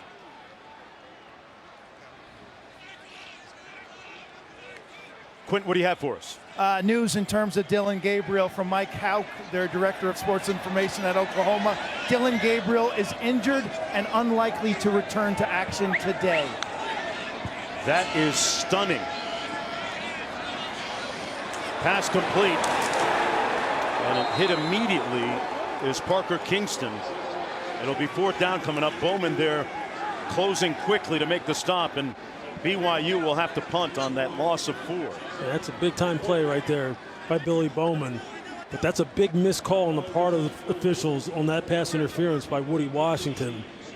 And it's even bigger story now that Dillon Gabriel's not in this game, and the true freshman Jackson Arnold has to take over. Tie score here on the road. Freeman back for this punt to the 15. Made one tackler miss. But that's about it. He'll be brought down at about the 16-yard line after that 56-yard punt. And suddenly Jackson Arnold has been thrust into that searing hot spotlight. 1st and 10 when we come back. Here in the third quarter, just under 9 minutes to go. Mark Jones, Lewis Riddick, Quint Kesnick down to the field. A major development with so much at stake. BYU trying to become bowl eligible, and Oklahoma mathematically with a chance to play for the Big 12 championship, but their backup quarterback's in. Yeah, and Jackson Arnold is someone who, I guess if they could have, they would have preferred to keep his redshirt year intact. But now that officially goes out the window because they need him on the football field now, obviously, you know, with the injury to Dillon Gabriel. And here, when you're on the road against a very, very, you know, enthusiastic, inspired BYU football team, what a heck of a way to be introduced to big-time college football. Oh, and he fumbled the snap, and he's going to be swarmed and swallowed up back at the 13-yard line. An indecorous play that time. It'll be 2nd down about 13 as a result. There's a look at some of the scenarios. Texas really, when you boil it all down, is the only team that has control of its own destiny. 2nd and 13 coming up. Arnold pulls complete just over the 20 to Nick Anderson. How do you get a new quarterback warmed up? How do you ease him into a game like this, if there is such a way? Look, it's the simple throws, right? It's the catch and release type of throws to this wide receiver core. It's going to be about the players on the perimeter. It's going to be about Jaden Gibson and Nick Anderson, and in particular Drake Stoops, making it easier for him. On the waggle action, overthrows his receiver, Walker. And a quick 3 and out for Jackson Arnold. And that was Tyler Batty, who came free off the edge. To the last guy that you want to let have a free run at your quarterback, and at your freshman quarterback at that. And you can best believe, look, BYU is going to find a little extra gear now defensively when they see a young quarterback in there with no experience or no significant experience here on the road. So if you're Jeff Lebby, the offensive coordinator, again, keep it simple for him. Jaden Gibson, Nick Anderson, Drake Stoops, you got to step up for him. All this after Dylan Gabriel had such a great first half, passing for almost 200 yards. The punt down to the 41 and stopped immediately as Parker Kingston after the 39-yard punt. Well, this season, for every field goal, an extra point made by participating universities, Allstate will make a contribution to the university's general scholarship fund. Thank you, Allstate. Boy, you can't think of many more picturesque places as a backdrop for a football game than here. Look at those. It's mountains. unbelievable. Yeah, those peaks. The view from our booth right here where we're standing right now is just ridiculous. And it's what you see on the screen essentially is what we're seeing right now when we look out across the field. You think about Boulder, Colorado. Unbelievable. Washington, Pasadena. You get to visit some fantastic places. 1st and 10. On the handoff, this is Robbins. A yawning hole over the right side. Finally chopped down at the 34. 1st and 10, Cougars. I mean, I like it. I like what Aaron Roderick's doing. This is just the zone scheme. You're just going to see them all. Just get a body on a body, and then just let Aiden Robbins find the seam and get that ball up onto the second level.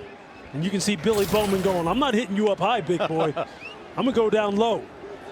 Healthy average of 7.5 per carry. Remember, they talked about getting him around 20 carries in the game today. He's already at 13 rushes.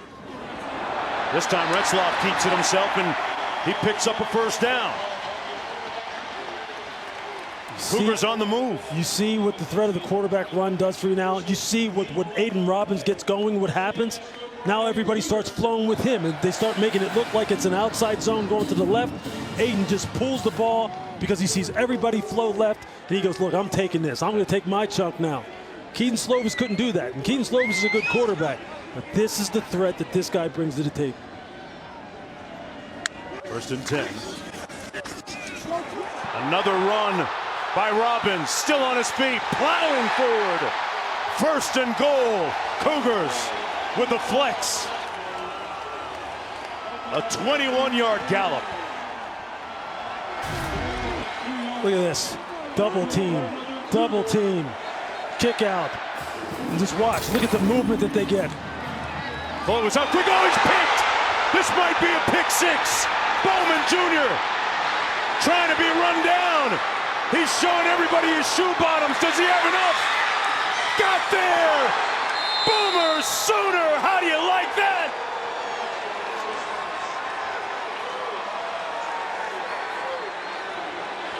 A stunner of a turnaround. A dollar bill touchdown pick 6. Unbelievable read by Billy Bowman Jr. 4 interceptions on the year. There's number 5. Retzlaff knew it as soon as he let it go. You saw him go. Stunned disbelief amongst the Cougar crowd and players. 100 yards the other way. 100.5. You talk about a soul-sucking turnover to give the visitors a 7-point lead. The task for Retzlaff now is to bounce back. All Billy Bowman did, he sat on the stop route by Cody Epps, and he took it. And after that, it was just like, just don't let me get caught. Don't let me get caught. Don't let me get caught. That's a big-time play. Cougars up 24-17 with 5:55 to go in the 3rd quarter. And a cataclysmic moment for the Cougars a moment ago a disastrous turnover, resulting in a 100-yard pick six for the Sooners. Tell me what happened here, Lewis. I mean, you just see Billy Bowman right here. He's going to be one-on-one with Cody Epps, and he's just going to sit and he's just going to read the quarterback. Look, when you're down the goal line, all the wide receiver has to do is break the plane with the football to score a touchdown. So you don't back up in the end zone. You play it right at the goal line. Wow. And you could see, well, you couldn't really see it on the replay, but you could see Retzloff, as soon as he let it go, he knew that that was going to potentially be a pick and be a bad situation. Give Billy Bowman credit. He played the down and distance, played the tendency, played it at the goal line perfectly. That's textbook defensive back play. 1st and 10. Robbins again with another first down, picked up 14. Key Lawrence making the tackle. You could see Retzloff on the phone beating himself up a little bit, apparently mentally, over that mistake. How do you get him settled down right now? How do you get him settled back into the flow he was in the first half? I think, again, you just kind of lean on the run game. Again, just keep feeding the ball to Aiden Robbins. Let him get out on the perimeter with the RPOs. And you tell him, look, it happens. It's happened to some of the very best quarterbacks. Robbins, another big hole up front, and another prodigious gain for the Cougars offense. Hey, I don't want to hear anything about this offensive line being in trouble. Look, I'll tell you, look, Aaron Roderick said, we simplified some things, right? He told us that in detail. He said, I'm just going to let these guys come off the ball. And they're answering the bell right now. Look, Oklahoma has had the ball run on them. And they've had it run on them a lot in a very, very negative way as far as they're concerned. 5 minutes to go in the third. This is going to be Deion Smith. And Smith picks up about 4.5. Aaron Roderick getting his offense ready for this game. Right now down by 7. And a little bit of a patchwork job on the offensive line. But that simplification that they've been able to make coming into this game has really paid dividends. I mean, just think about this. The Oklahoma defense gave up 230 yards rushing to Kansas, 191 yards rushing to West Virginia. Well, Kansas, they give everybody fits with their running game, and West Virginia has one of the most physical offensive lines in football. They're going to hand it off again to Deion Smith. Nowhere to go this time. Brought down for a loss of 2, but Robbins has rushed the ball 16 times for 151 yards. Here in the third quarter with just under 4 minutes to go. 3rd and 7 coming up for BYU. And you know, if you're Aaron Roderick, you're thinking this. If I can just pick up another first down with the way we're running the football, a shot play's coming, right? Because now Aiden Robbins has been hammering you. The play action pass is coming. A shot's coming to Chase Roberts or someone down the field. It's just a natural progression in the play calling sequence. Wow, look at that. Darius Lassiter just slipped while going in motion. They come underneath on the pass, and Smith is going to be stopped up about 3 yards short of the first down. An interesting 4th down decision for Coach Sitake. With under 3.5 minutes to go, I wonder what the analytics say about this situation. With the nose of the ball at the 35, it says go. Kalani saying, I agree. Because right now we're running the football, we're capturing the line of scrimmage. They have had people open on the perimeter now. Empty. Wow, 3 receivers out to the top of the screen, and BYU going to call timeout. This is their first one of the half with 3:02 to go. Kalani Sitake's team definitely showed up this afternoon. But time now for today's weekend lineup, brought to you by Wendy's Beef.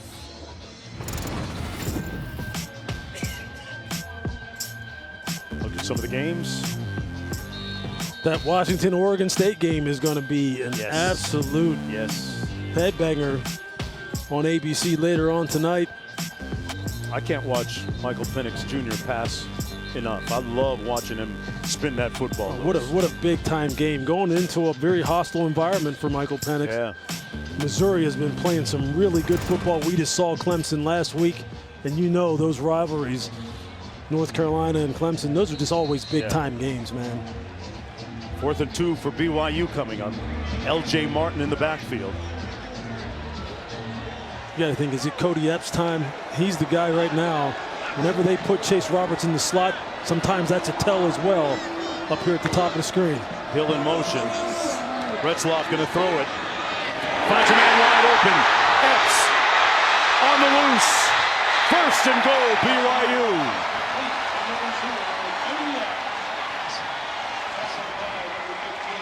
He's the guy. Aaron Roderick told us, I have a lot of stuff in for Cody Epps today. And you can see all the kind of different things. He usually works in the slot. Here you just see him just trying to find a little soft spot in that zone, just trying to uncover for the quarterback. And what was cool about Cody Epps is he told us this. He said, look, Retzloff sometimes turns plays in the backyard type of football, and it doesn't require us to be as precise as maybe we would need to be with Keaton on the field. And that makes it more fun sometimes when you just react instinctively. You're seeing that play itself out now. Retzloff keeps it, and he's going to be brought down at about the 5-yard line by Danny Stutzman. Stutzman telling us earlier this week that he likes listening to some Motley Crue music to get himself psyched up to make some big hits. Made a stop there on 2nd and goal now. 3 receivers into the boundary, and see who this penalty's against. The whole left side of the BYU offensive line. False start, that way, didn't it? number 78, offense. 5-yard penalty, 2nd down. And Kingsley saying, you're going to signal me out? Look, we all move. You mean 78? You can see Keanu Hill going, I don't care which one of you moved. Somebody moved out there. But those are the kind of things you can't afford when you're getting some momentum going like this. The play calling, the run game is going. Jake has really responded to that pick 6. He seems like he hasn't lost his confidence. He's going to keep it on the fake. Retzloff! Touchdown!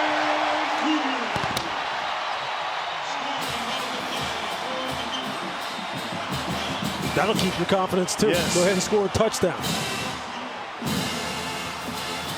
The young man has basically made great decisions all game long, minus the pick 6. And what a great response. You'd love to see that kind of composure in the wake of the major disappointment, the pick 6 that he threw just a few moments ago. Did the knee go down? Is it right there? The ball might have been over, though. I think the ball, yeah, I agree. The ruling on the field of a touchdown is under further review. Let's get another look at it. Down. He might be.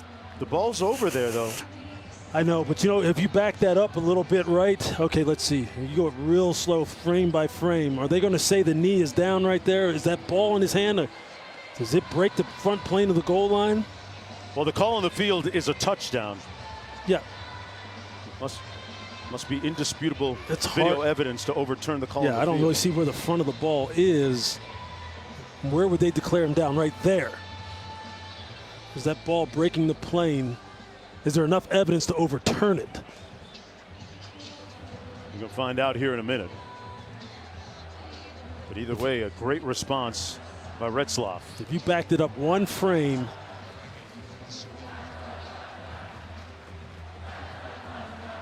Lose a great job of holding on to that ball. Yeah. After review, the ruling on the field stands. There you go. Touchdown. There we go. And an extra point away from tying this game at 24. What a response. That's as good as it gets Yeah. right there. That's what football teaches you right there. That's what coaches want to see. How do you respond to adversity? You can't get any more adversity than a 101-yard pick 6. As his offensive coordinator, Aaron Roderick, told him, there's always a way. We got a tie ball game with 1:19 to go in the 3rd quarter.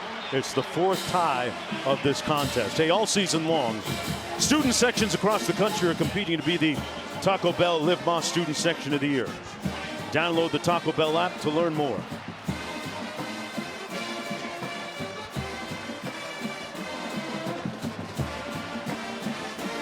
If you're just joining us, Oklahoma still in the running to play in the conference championship game with a host of other schools. but the stickler is that Dylan Oklahoma player Gabriel number 13 is now is 74. done for the rest of the game, suffering an injury in the second quarter. No further information was given to us except for that he is unlikely to return. And just a moment ago, if you're just joining us, BYU scoring a touchdown in wake of quarterback Jake Retzlaff throwing a 100-yard pick six.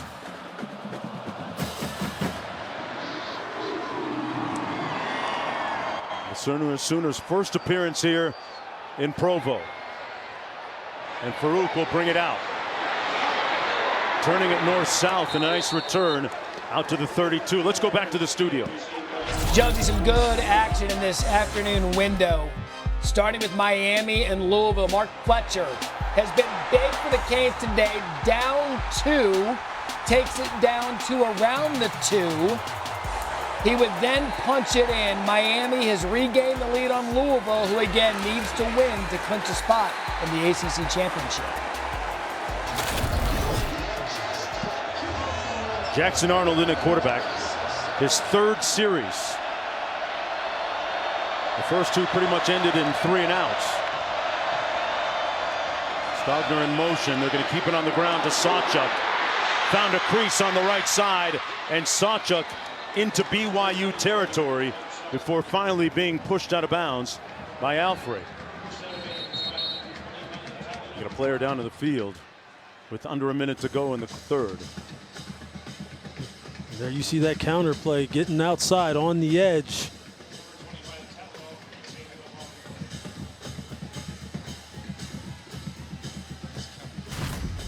You're going to see it right here. You're going to see the puller. Look how he is sitting back in his stance. You think that's not a tip that he's going to be pulling? And then you see it. He gets it up inside Vongpachan. And they've had trouble with this kind of blocking scheme all year long. You saw it against West Virginia. They ran the same play. They would just flip the formation and go back and forth over and over.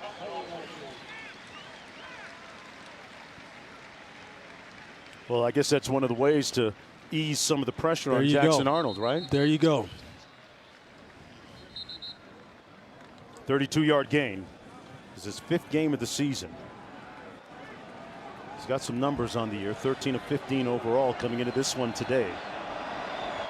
He was ESPN's #1 ranked high school quarterback in high school. 50 seconds to go in the third. Stoops the inside receiver to the top of your screen, but they keep it on the ground. Sawchuk breaking tackles and powering his way down to another first down at the 26. And guess what? Here they come again. Now this time they run it like this. They got double pullers this time. They watch tape. They see what teams struggle with schematically to stop. And then coaches go, oh, we're on to something here. And as you mentioned, Mark, take some of the pressure off the young quarterback, repeat the blocking schemes and the plays that have given this team a lot of trouble previously, and let Sawchuk go to work.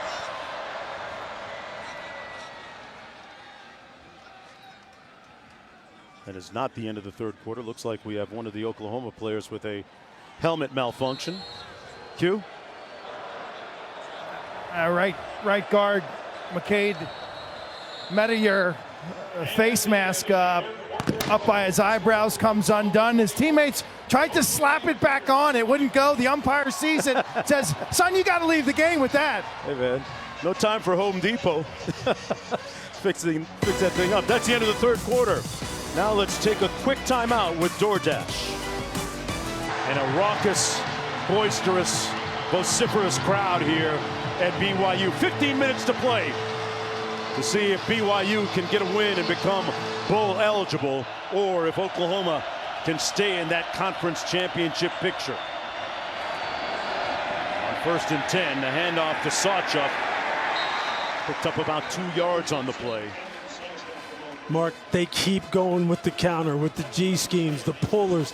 It's funny how sometimes football isn't all that complicated. You kind of know what works, what gives the other team trouble, BYU did a nice job that time. Max Tooley kind of setting the edge and not letting that ball get north and south. 2nd and 8 coming up.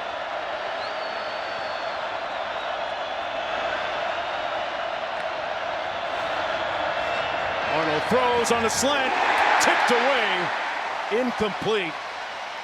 Robinson knocked it away. It'll be 3rd and 8. When BYU players came downstairs into the hotel lobby, looked at the newspapers, this is what they saw. Challenge. A daunting one against Oklahoma on senior day with 14 players performing for the last time at home. And they have more than acquitted well for themselves.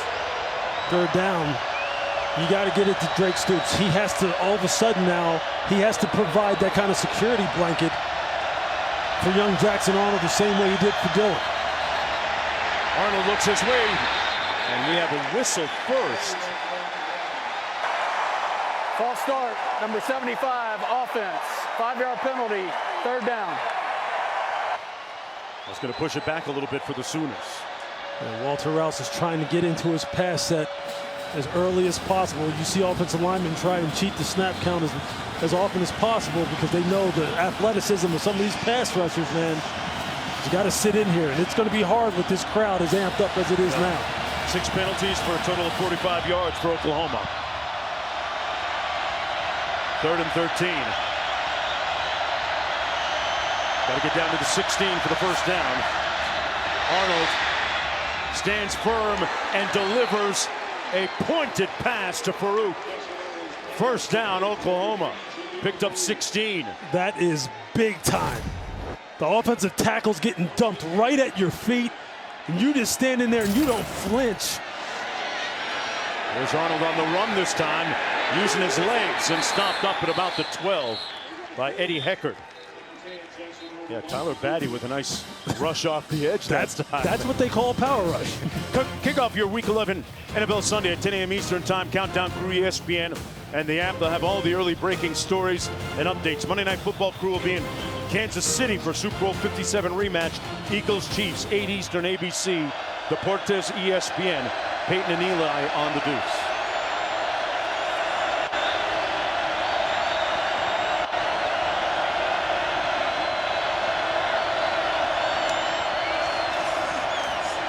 Hands it off to Walker. Nowhere to go. An impervious defensive front led by Wakely. That's a nice play by Crew Wakely. He fires immediately as soon as he reads run. That's a big time tackle. Yeah. Big time against Tommy Walker, who goes 216 pounds and can break tackles as well as anyone. Big time. I know you like that good safety play. Oh, you know what? Hey. Defensive players get paid too. Yes, sir. 3rd and 7. Again, it's got to be Drake Stoops' time. There he goes in motion. Arnold pulls incomplete over the head of Farouk, the intended receiver. 4th down coming up, and in comes the field goal unit led by Smith. That's a nice job of coverage by the BYU secondary. That time was Camden Garrett, who you see on your screen. You see him skipping off the field because he read that perfectly. It's hard to cover that shallow crosser outside in and sprint across the field and prevent the catch. He did it perfectly, took the perfect angle.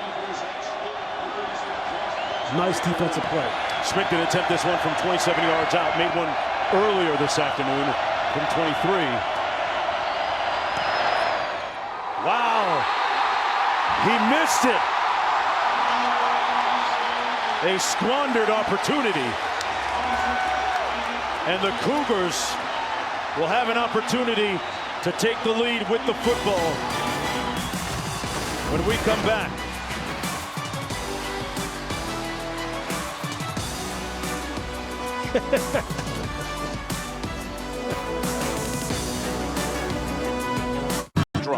They were compelled to do what was morally right, hence the name Ron Knight. From that moment on, we saw progress for LDS, open door opportunities they did address. For the next act, it was a steady stream at quarterback. All shapes and sizes, young and old. A guy named Ty slated for football gold. This one always had a contrarian view. That's what Jim added to this crew. The last one was present due to a historical mission. At quarterback, Jaron, the first ever, a well overdue decision. Big facts. Wonderful lineage of quarterbacks here at Brigham Young. And they've got Jake Retzlaff in there right now, playing well. His third consecutive start in place of Slovis. 2nd down and 7. They keep it on the ground with Robbins. Sets up a 3rd down and 5 coming up for the Cougars. Tied at 24. Terry making the stop for Oklahoma. Robbins has had a pretty good game keeping it on the ground. He's rushed for 156 yards.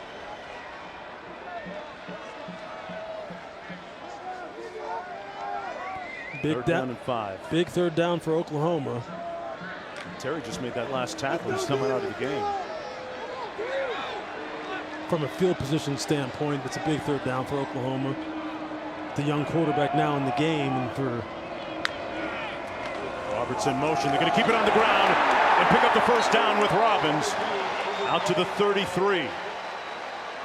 Just so impressed with this BYU offensive line today. Yes. These guys have answered the bell. They have taken the challenge. They've taken it personal.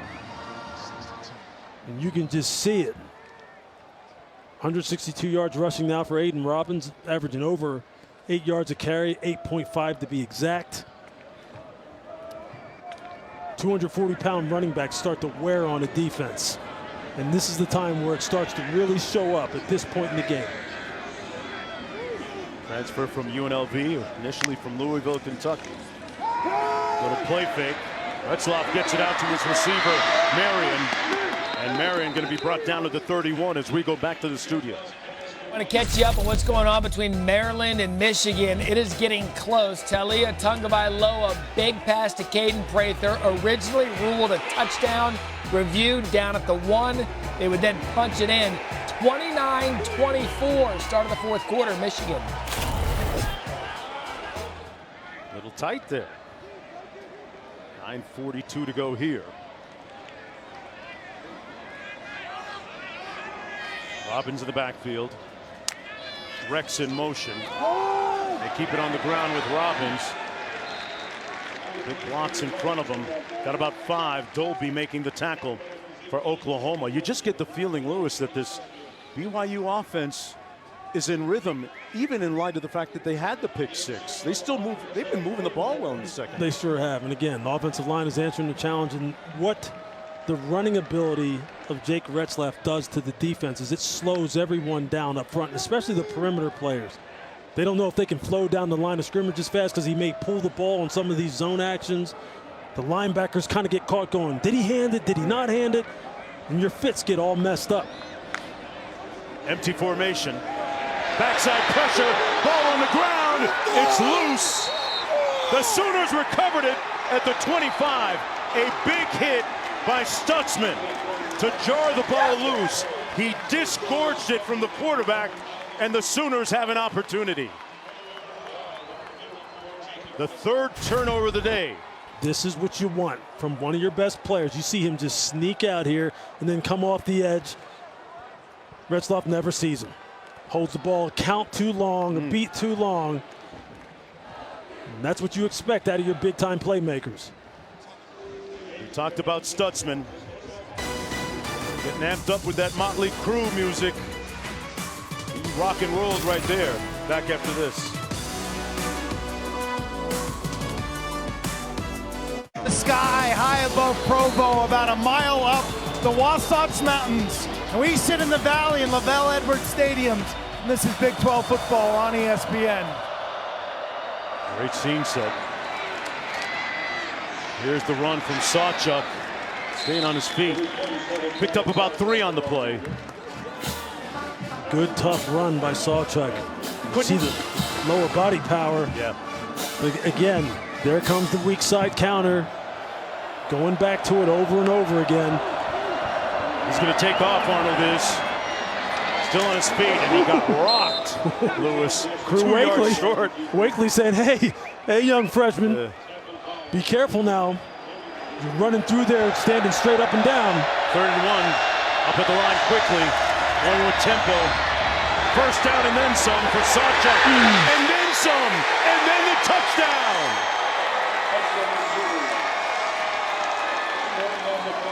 A great straight arm along the way on Alfred.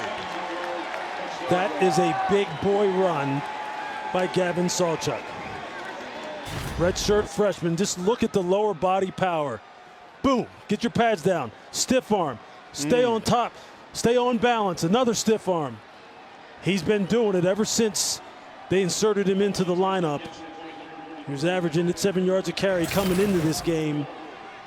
Had 135 yards versus West Virginia, 111 versus Oklahoma State. So the Sooners, Lewis able to capitalize on that fumble recovery, on that hit on Retzlaff. The 3rd turnover has resulted in 21 Sooner points. Football in the Mecca of hoops, New York City. I'm not sure what's in that taco, but we got a tasty game right here. 7-point lead for Oklahoma, just under 8 minutes to go.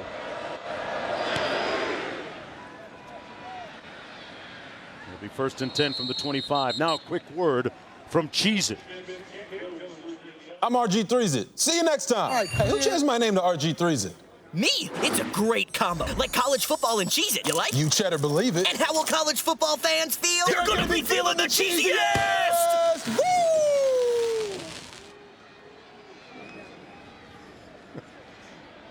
7:57 to go.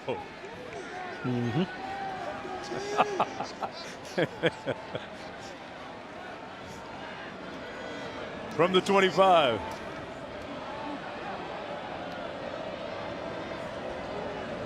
Epps in motion with the catch. Great move, but brought down right near the line of scrimmage. Wonderful tackle by Kendall Dolby. It'll be 2nd down and 10.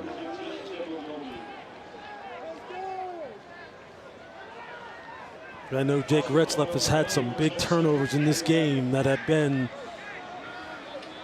very advantageous for Oklahoma, but you just you just get a feeling he's going to make another play. You just see the confidence. You see that gunslinger mentality. You see that quick whip of an arm. They've got some playmakers that have been able to make plays down the field. He's got some swagger to him.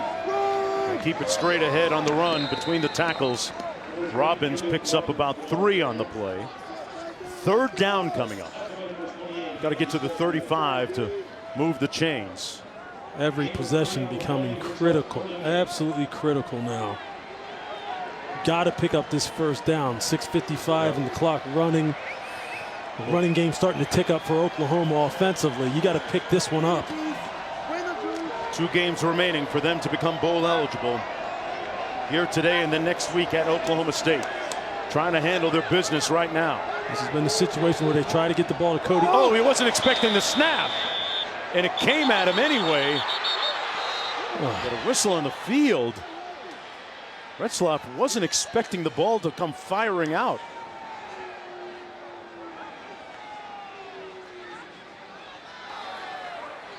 Not all the offensive players were set. This is a false start. Number 3, offense. It's a 5-yard penalty, 3rd down. Can't afford to implode like that. Retzlaff was stunned when the ball came out. We'll see where number 3 wasn't set. That's Aiden Robbins, Yeah. running back. Didn't see him move. Interesting call. BYU players complaining that Oklahoma clapped there, which led to the early snap. Wonderful explanation, Q. I don't think they've got an explanation for this one, though. False start. Number 61, offense. 5-yard penalty, 3rd down. Let's listen I can to tell the you previous one to see if there was a clap or not.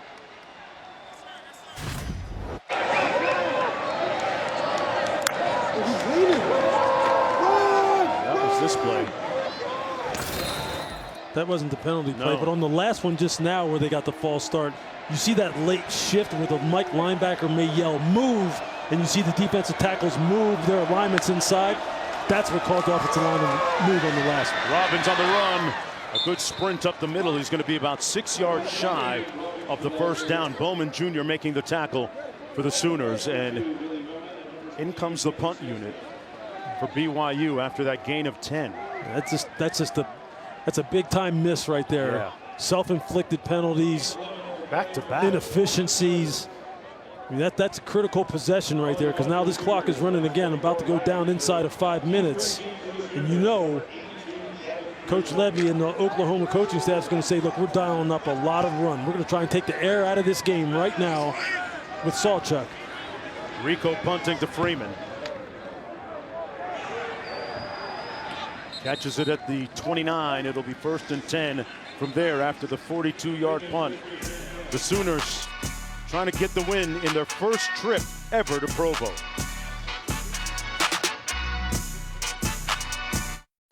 And some of the pivotal plays. There's a late turnover. The third one caused by the Sooner defense, resulting in 21 points today. And remember, one of the themes coming into this ball game today was Oklahoma defensively amongst the national leaders in interceptions and turnovers. There's the evidence. Can they close this out? Arnold taking a shot and overshot his receiver wide open, Nick Anderson. He'd love to have that one back, Lewis. Oh. Jeff Levy just going for the dagger, the knockout shot. How surprising is that? I mean, he said, you know what, how about this? I'm going to dial up a double move to Nick Anderson, and it worked perfectly. He was 5 yards behind Jacob Robinson, 5 yards, and he just missed him. Oh, my. That was the ball game right there. That was the one. 2nd and 10 as a result. Stover in motion. They're going to keep it on the ground. Sawchuk out to midfield. And what an afternoon Sawchuk is having. Guess what they ran? This time they ran power. They ran it to the strong side. Double team front side. Pull the guard. Matoyer. And there goes Sawchuk. Look, Jeff Levy, the offensive coordinator for Oklahoma, is a former offensive lineman. So you know he's going to put it in the hands of the big boys up front. He said that they have been playing well in pass pro. He wanted to see them be better in the run game. I think right now is where they can prove that. Sawchuk, 107 yards on the ground. Arnold fakes the jet sweep to Stoops and keeps it himself and picks up about 4, almost 5 yards on the play.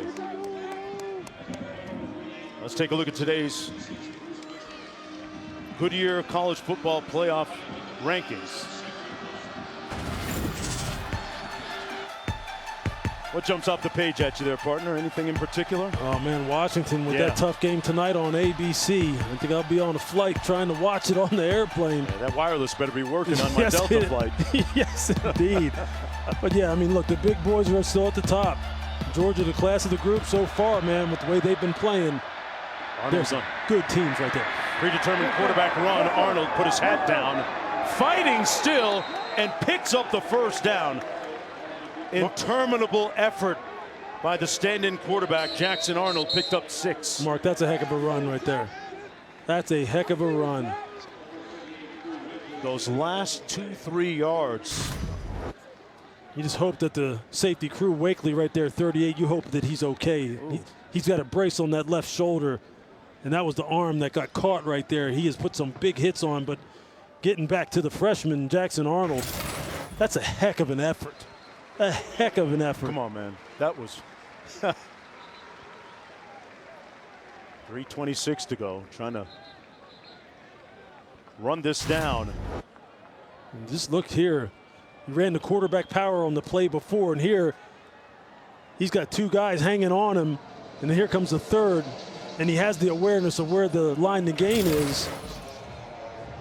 Hey, look, man, you missed the big throw. You missed the dagger throw to Nick Anderson that would have put this game on ice. And you go, hey, you know what? How about this? Just let me run it, coach. Yeah. Is coach telling him now, hey, that was a nice play, but I need you to get down safely the next time. Yeah. You see what the young man is made of. You see why he was a 5-star coming out, why he was the #1 quarterback coming out in this class. Clock running. 15 on the play clock. Under 3 minutes to go.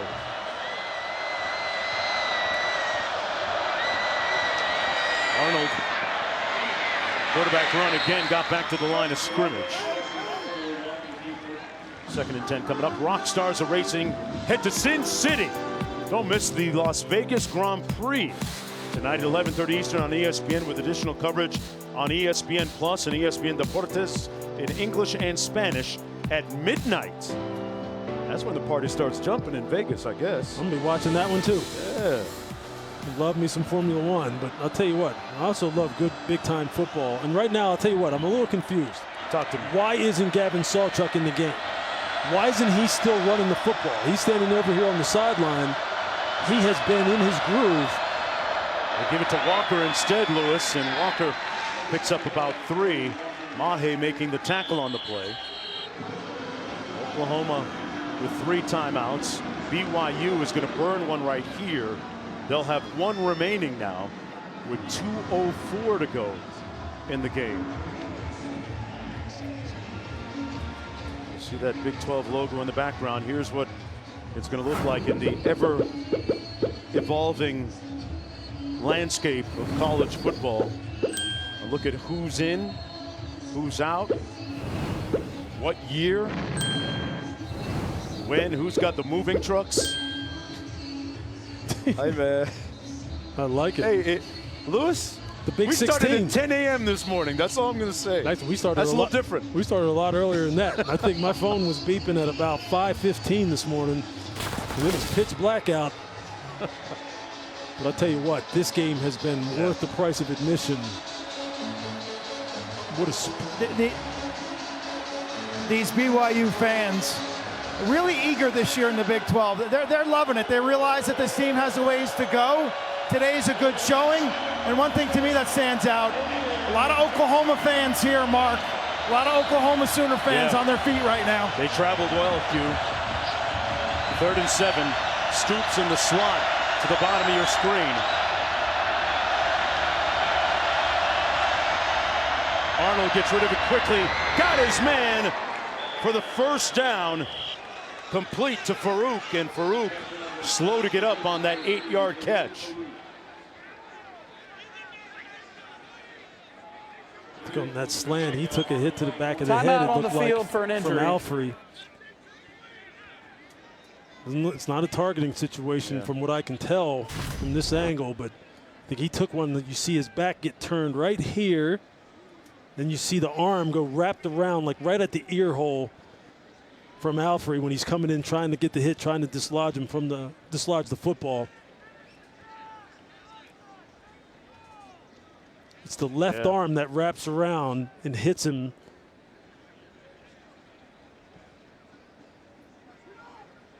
You'll see it right there, left arm, right on the side of the face, underneath the chin. That'll definitely disorient you. Pass ruled complete. I'll tell you, look, Jaleel Farouk has made some big-time plays. And this is a guy who they singled out. They said he's like a running back playing wide receiver. Very good with the ball in his hands. He's made some tough catches, tough kid. 5 catches for 53 yards today, and good to see the young man get up with a little bit of assistance.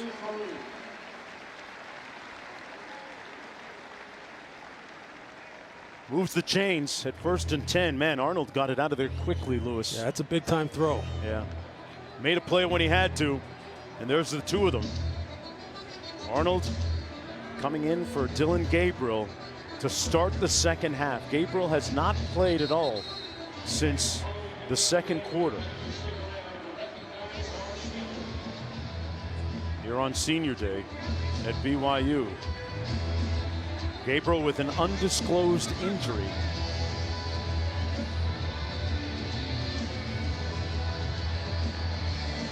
Kalani Sitake having an impassioned conversation with the officials.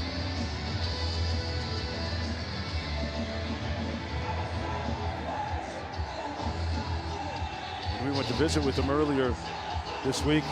Had a whole bunch of stuff in the conference room, all of his belongings, trophies, pictures. There was a flood in his office. He had to shift everything into the conference room. Has a great vibe. The ruling on the field is under further review.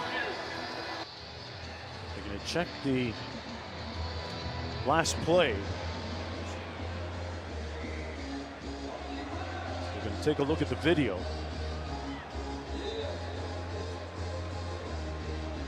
But Sitake was very much a believer.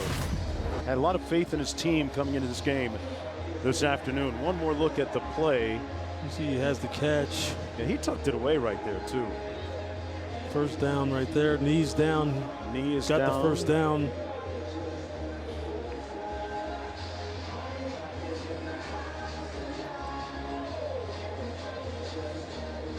Well, the ruling was a reception and a subsequent first down.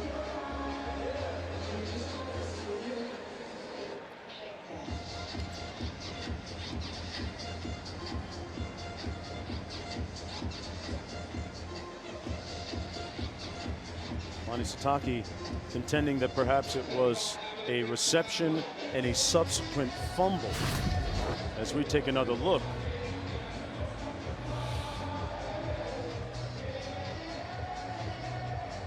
the ball coming out, but his knee appeared to have touched prior to the fumble, which would mean he's down. I mean, he took catch a good 2 steps after making the catch. Down. And then BYU recovering it in the ensuing sequence. But that's irrelevant. After review, the ruling on the field stands. First down. There we go. Game clock operator.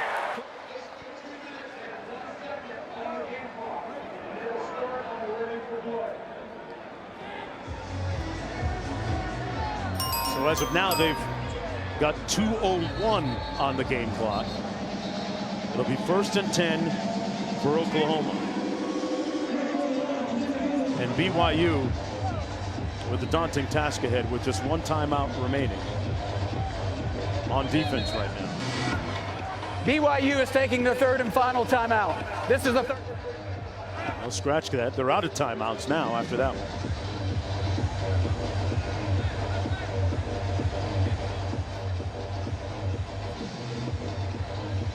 Sitake talked about the challenges of being in the Big 12, and he's got a blueprint for it, having gone through it at Utah before.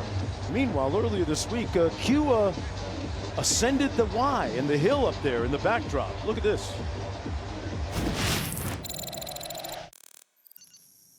When you're in Provo, Utah for a BYU game, you got to hike to the Y. 1.1 miles up, more than 1,000 feet. So we turn the corner, and suddenly there's a Y, and there's a beautiful, beautiful view. Suddenly it's raining.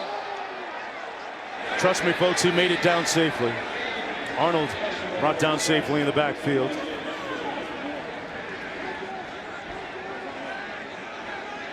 And BYU with no timeouts remaining.